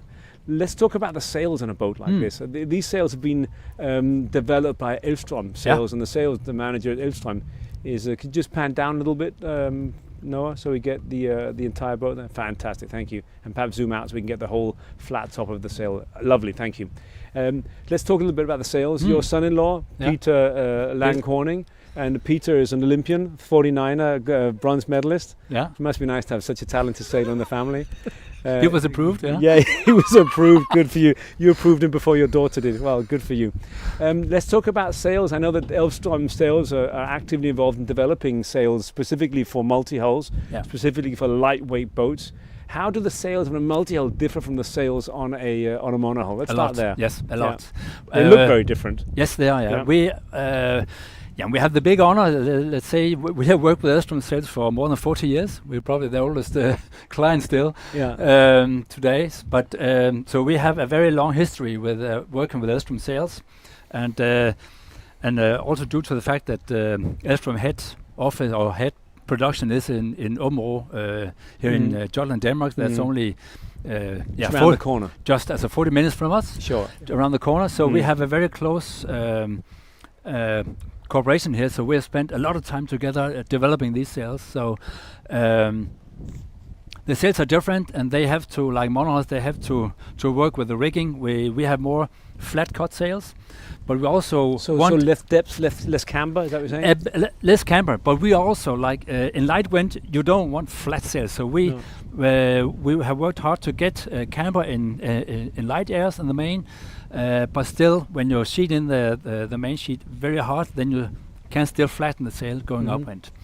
And we have succeeded that, and then we have worked a lot on reefing systems and the batten systems to have a very nice looking sail. I mean, they're nice looking. They look fantastic, and they seem to work. But I don't know very much about them, so that's why I need sort of your expertise. But we need high quality fibers. We cannot go for Dacron or main or normal type of cloth. So we use. Why is that? I said of course not, but why is that? Yeah, because we're much more load. Sure, exactly. There's so much more power. It's so easy. Yeah. So we have to go for the high end sails. I mean, if you go for long distance sails, or if you don't want to go for the last speed, then you can compromise that. But I mean, it would be very detrimental to the performance of a multi-hull to have a very deep Dacron sail, which loses its shape within no time at all. Yeah, and there's just no point in building a multi-hull. A performance multi-hull. One thing is a cruising catamaran, made by Beneteau, which sails with tourists in the Caribbean. But looking at a multi-hull like this, a trimaran, you need flat. So we use the high-end sails from Elvstrøm, the Epic systems with a lot with the Technora black, where the mains the sails here on the 340 is with carbon fibers to have a lightweight, very strong, so you can still control the road. Here we see the 340. I was going to say, speaking of lightweight Technora sails, this is Peter Lang-Corning, your son-in-law, on Triple Star, which is the Dragonfly Performance 40 Performance 3 or C that we just talked about. Absolutely fantastic looking boat. And that's Troels Lykke, which is filming this from the riv just behind. As they approach the starting line here, there's about another 9 minutes till the start goes. But just enjoy the fantastic pictures of that boat. And there's very, very little wind out there, and the boat's still moving along, say 6 or 7 knots just under mainsail alone. What do you reckon? Is Peter going to be able to handle that boat? Oh yes, easily. Yeah. The boat is in good hands. Yeah. I'm in no doubt. It's my boat. I'm in no doubt. It's your boat. It's your personal boat, is it? Not the personal. No, but it's your boat. The lovely smile there. Look, he looks psyched. He looks happy. He looks like he's in the right. In the right element. Yeah. It's a great pleasure to sail that boat. It's very responsive on the helm. Yeah. Yeah, of course, you can tell that it's easily maneuverable. We talked about this a little bit earlier, but double steering wheels. Yeah. And it's got plenty of space to move between the two. Yeah. So he just flicks the battens out. Yeah. Obviously, we have to have fully battened sails on a boat like that. Which is a huge, great big flat top. Yes. Yeah. Doesn't that make the sail a bit heavy though? No. Tell us why it doesn't make the sail heavy. Because you use the top end quality sails. You use top end carbon battens, I presume. No, we actually on these. This is a product that let's say people can buy. So we don't use carbon battens because they can break. They can snap. They can snap. Yeah.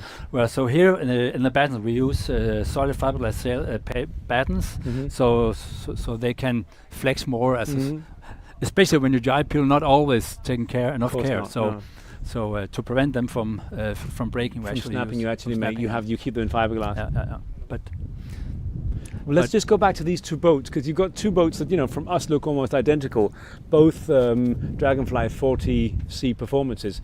One sailed by Niels, and the other one sailed by your brother-in-law or your son-in-law. The other one is sailed by Jens Tusen.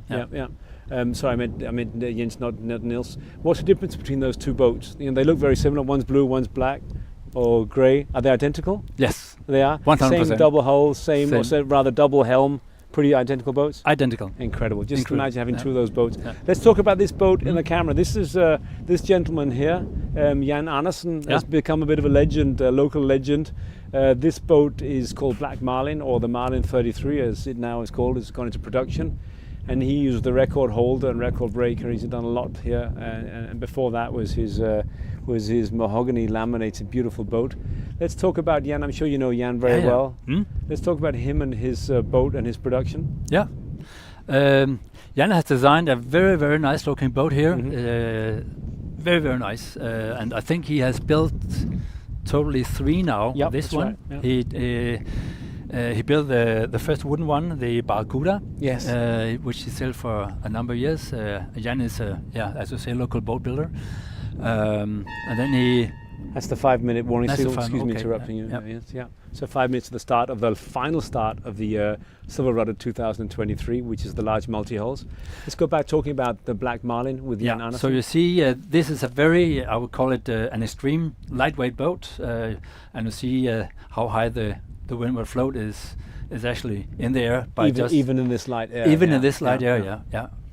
So on paper, this is the fastest multi-hull in the fleet on the water today that we see here today. All right. Yeah.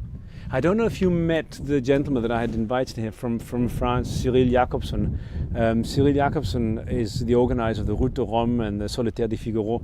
He's actually launching on the 9th of January. They're starting what is the equivalent of the Vendée Globe for multi-hulls. So Ultims, which is the 80, 90, 100-foot boats that are racing from the 9th of January. Really, really exciting. Non-stop around the world, Brest to Brest. 4 minutes at the start of the large multi-hulls. He wanted to come up here and check out what we were doing, what these funny Danes are doing with this this race 400 boats in the harbour. He'd never seen anything like it. Yeah. He was very impressed and very intrigued that we could, as a bunch of amateurs, we could set up a race like this. So on paper, you've got Peter Lang in one, Olympic medalist, then you've got Jan Andersen, who is no fool, an outstanding sailor, in his homemade Black Marlin. Who's going to win, your son-in-law or Jan? I think with the weather conditions we see here, Jan is going to take. Because we're talking light winds. Light winds, medium light winds, So the Dragonfly 40s would have a chance if it was very light or very strong wind. Because sort of medium as a, when it comes to medium winds, that's where the Dragonflies has where the weight comes into perspective. Well, they're challenged because they're a little bit heavier. And they are much heavier. And they're heavy because they're used for family cruising as well. And I mean, what makes those boats incredible is the fact that they actually have volume and comfort. And I mean, I went into the stern of the 40 yesterday, and there was a huge, great big, what I would almost call a triple bunk. There was enough for a small family that needed shelter. And there's no compromise on the comfort at all, is there? No. So that's because we're a boat yard, and that's how we make our living. Because we cannot, you cannot live from making crazy racing boats. So what kind of customers buy a Dragonfly 40 C performance? It's a clientele for people who wants to sail comfortable as a high performance boat, you can say, and they come to us for, you can say, basically for 3 reasons: because of course for the speed, but for the shallow draft, for the heeling angle.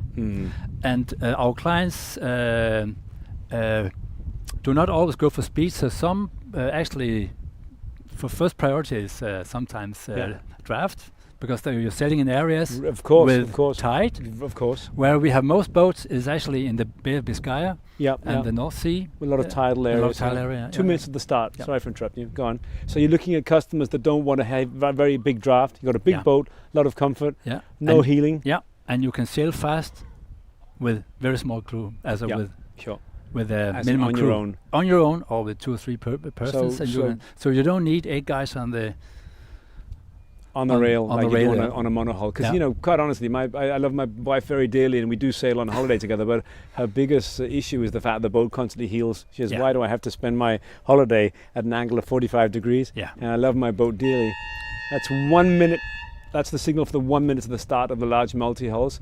But that really is an issue. The fact that multi-hull gives you amazing distance in one day, and it gives you comfort of not heeling comfortable over. Sailing, fast, comfortable sailing is the. And when you fold the floats of the Dragonfly 40C Performance, the boat's 4 meters wide, which isn't wider than an equivalent monohull. I mean, my 36 boat is 3.5 meters wide.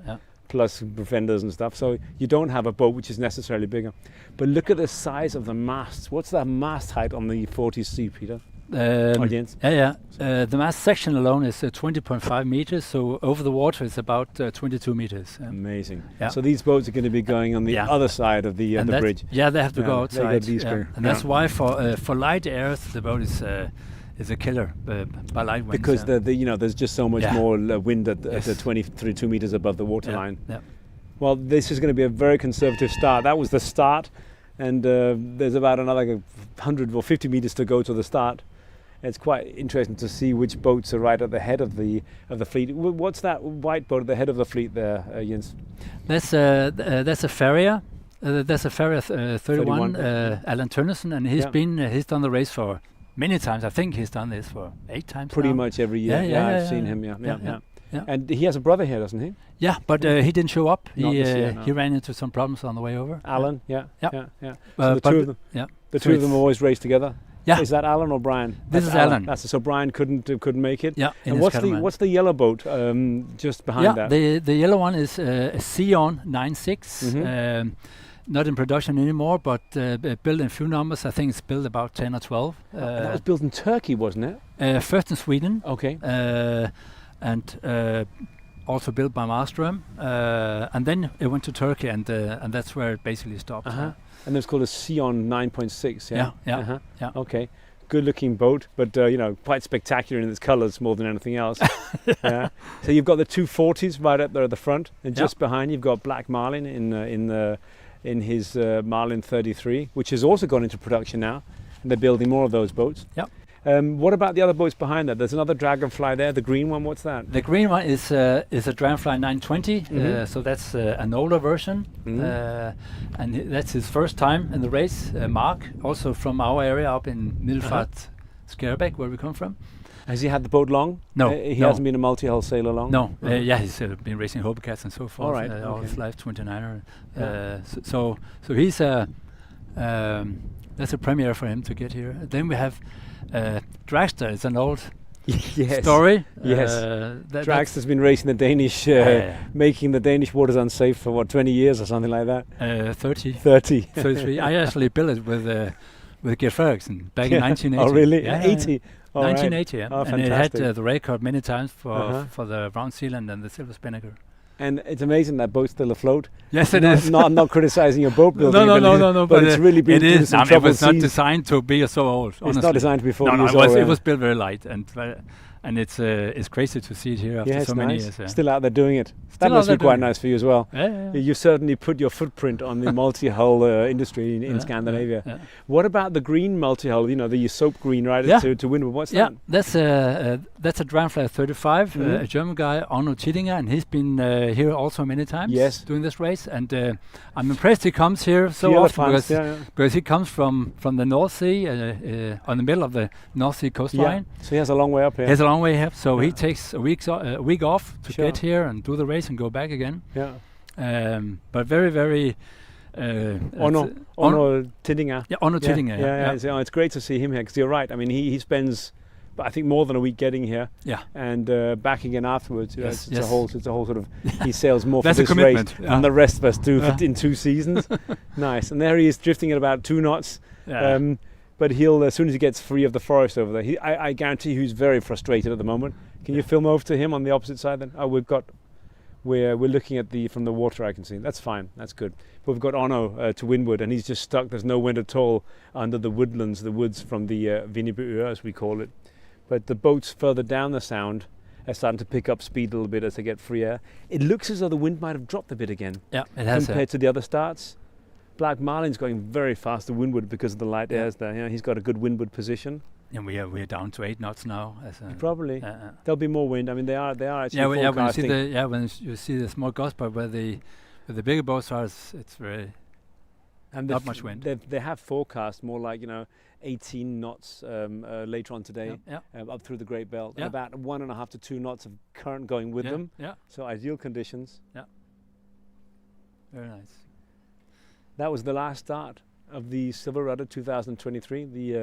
The last large multi-hulls, that's multi-hulls of above 28 feet, have just crossed the starting line. Some conservative starts, some are right out at the front. But right at the front of the fleet at the moment is Peter Lang, who's just come onto a port tack in the brand new Dragonfly 40C Performance. And be interesting to see whether he just goes ahead of Black Marlin. It looks like he's going to have to bear away a little bit. Black Marlin is just half a boat length ahead. Peter's very competitive, so. Oh, I know he is. But if they have to give away, he has to give away. But he passed ahead of him on a port. But they're wide boats. We're talking 8-meter wide boats. You have to judge your bearing away carefully. Yeah. Oh, that's good. So that was the first tack. I mean, the first tack to be ahead is putting him in a very mentally strong position. It looks actually as if the Zion has passed ahead as well in the yellow Flexodus, passed out of Black Marlin as well. Black Marlin is the record holder in the large boat, so we'll see whether he can maintain that. This isn't the kind of boat that's going to be the wind conditions that are going to see us breaking many records this year. It's been great to stand here at the starting line. Voice is a bit tired now after 5 hours of commentary plus the rest, but it's been amazing to see the amount of local spectators. I think we've probably had 300 people here at the end of the bridge and on the waterline here at Christian's Mini. The weather has been perfect.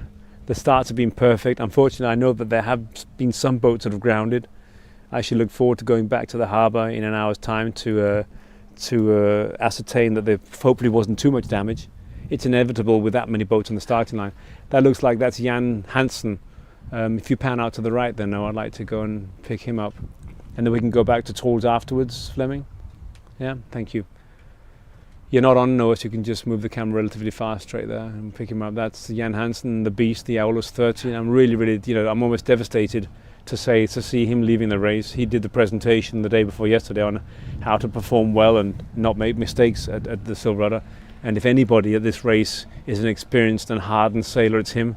I know he's not going to be happy with himself or with the person who shoved him aground. I don't know what the situation was, and I shall look into that obviously. But wish him all the luck. I presume he's on his way home to Zealand. So I wish you all the luck, Jan. And if you will just go back to the water there, thank you, Fleming. Go back to Troels, who's filming the. Is that the 40C? Yeah, that's the 40C with Jens Thusen. Jens Thusen. Yep. And let's see, he's looking out across the water there. Looks like the boat's going very, very, very, very slowly, isn't it, to windward there. Struggling to get the men over, to get the battens in shape. Yes.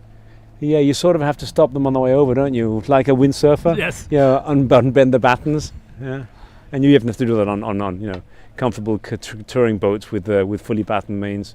I mean, the fully battened mains, they ensure that you have some camber, some depth in the sails, regardless of the conditions. Yeah. But it also makes them a bit cumbersome and heavy. I'm surprised to see how little wind there is now.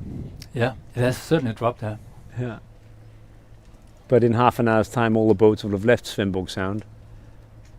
There are some lovely shots from the water here that Troels Lykke from MinBaad is taking. And got some wonderful pictures. Look at the blue skies and white clouds. We couldn't have wanted better conditions. Jens is standing there on his outstandingly beautiful Dragonfly 40C, in shorts and t-shirt in the middle of September. Yeah. His windward float just coming free of the water at the bow. Beautiful, beautiful pictures.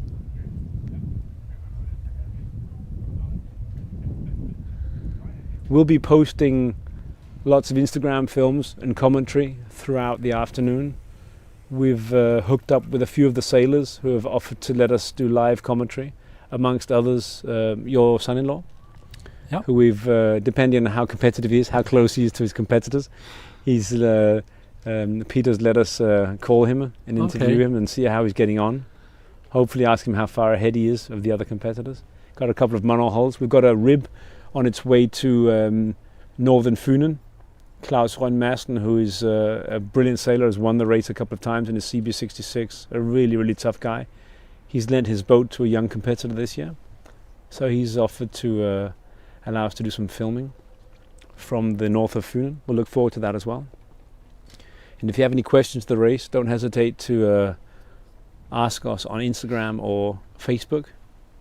We'll do everything we can to answer the questions as rapidly as possible, but be patient. We've got a lot going on.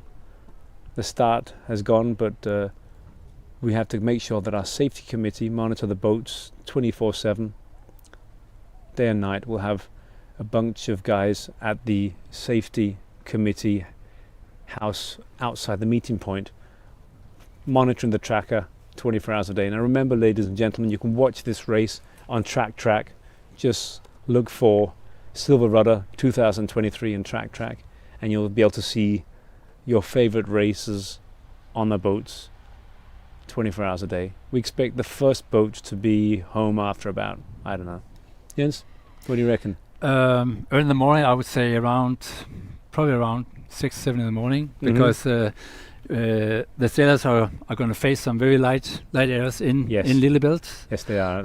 And also then they have a long way to tack back home. Yeah, it's a tack home, isn't it? Yeah, it's a long way. Yeah, it's a long beat. So if all goes well, I would say, probably more like 7 o'clock in the morning, but can also be a bit later. Depends on how, but it looks like the wind will stay through Lillebælt, but it will get very. It's going to get very light, isn't it? It's going to be very light. Yeah, it's going to get very light during the night. So let's just hope that the wind there's a little bit of wind for them. Otherwise, it's going to be a long race. So, but the nice thing about them not coming in until 7 or 8 in the morning is that when Steen, the race director, who's standing right here next to us, he welcomes it into the harbour with a bottle of champagne, as that he gets to sleep a little bit longer tomorrow morning. He'll appreciate that. So from here, thanks to everybody. Thanks to all the volunteers for helping out. A lot of us have been up round the clock for days. It's been a memorable start to the Silverrudder 2023. Conditions have been perfect. Look at the final pictures here as we fade out. It's been absolutely brilliant. Thank you all for listening in and watching in. Thanks to the competitors for supporting us. Thanks to you, Jens, for coming and supporting us. You're welcome. Pleasure. Delighted to have Dragonfly as a partner in this event. Let's see you guys on Facebook, on Instagram, and our social media in the next 24 hours. Thank you.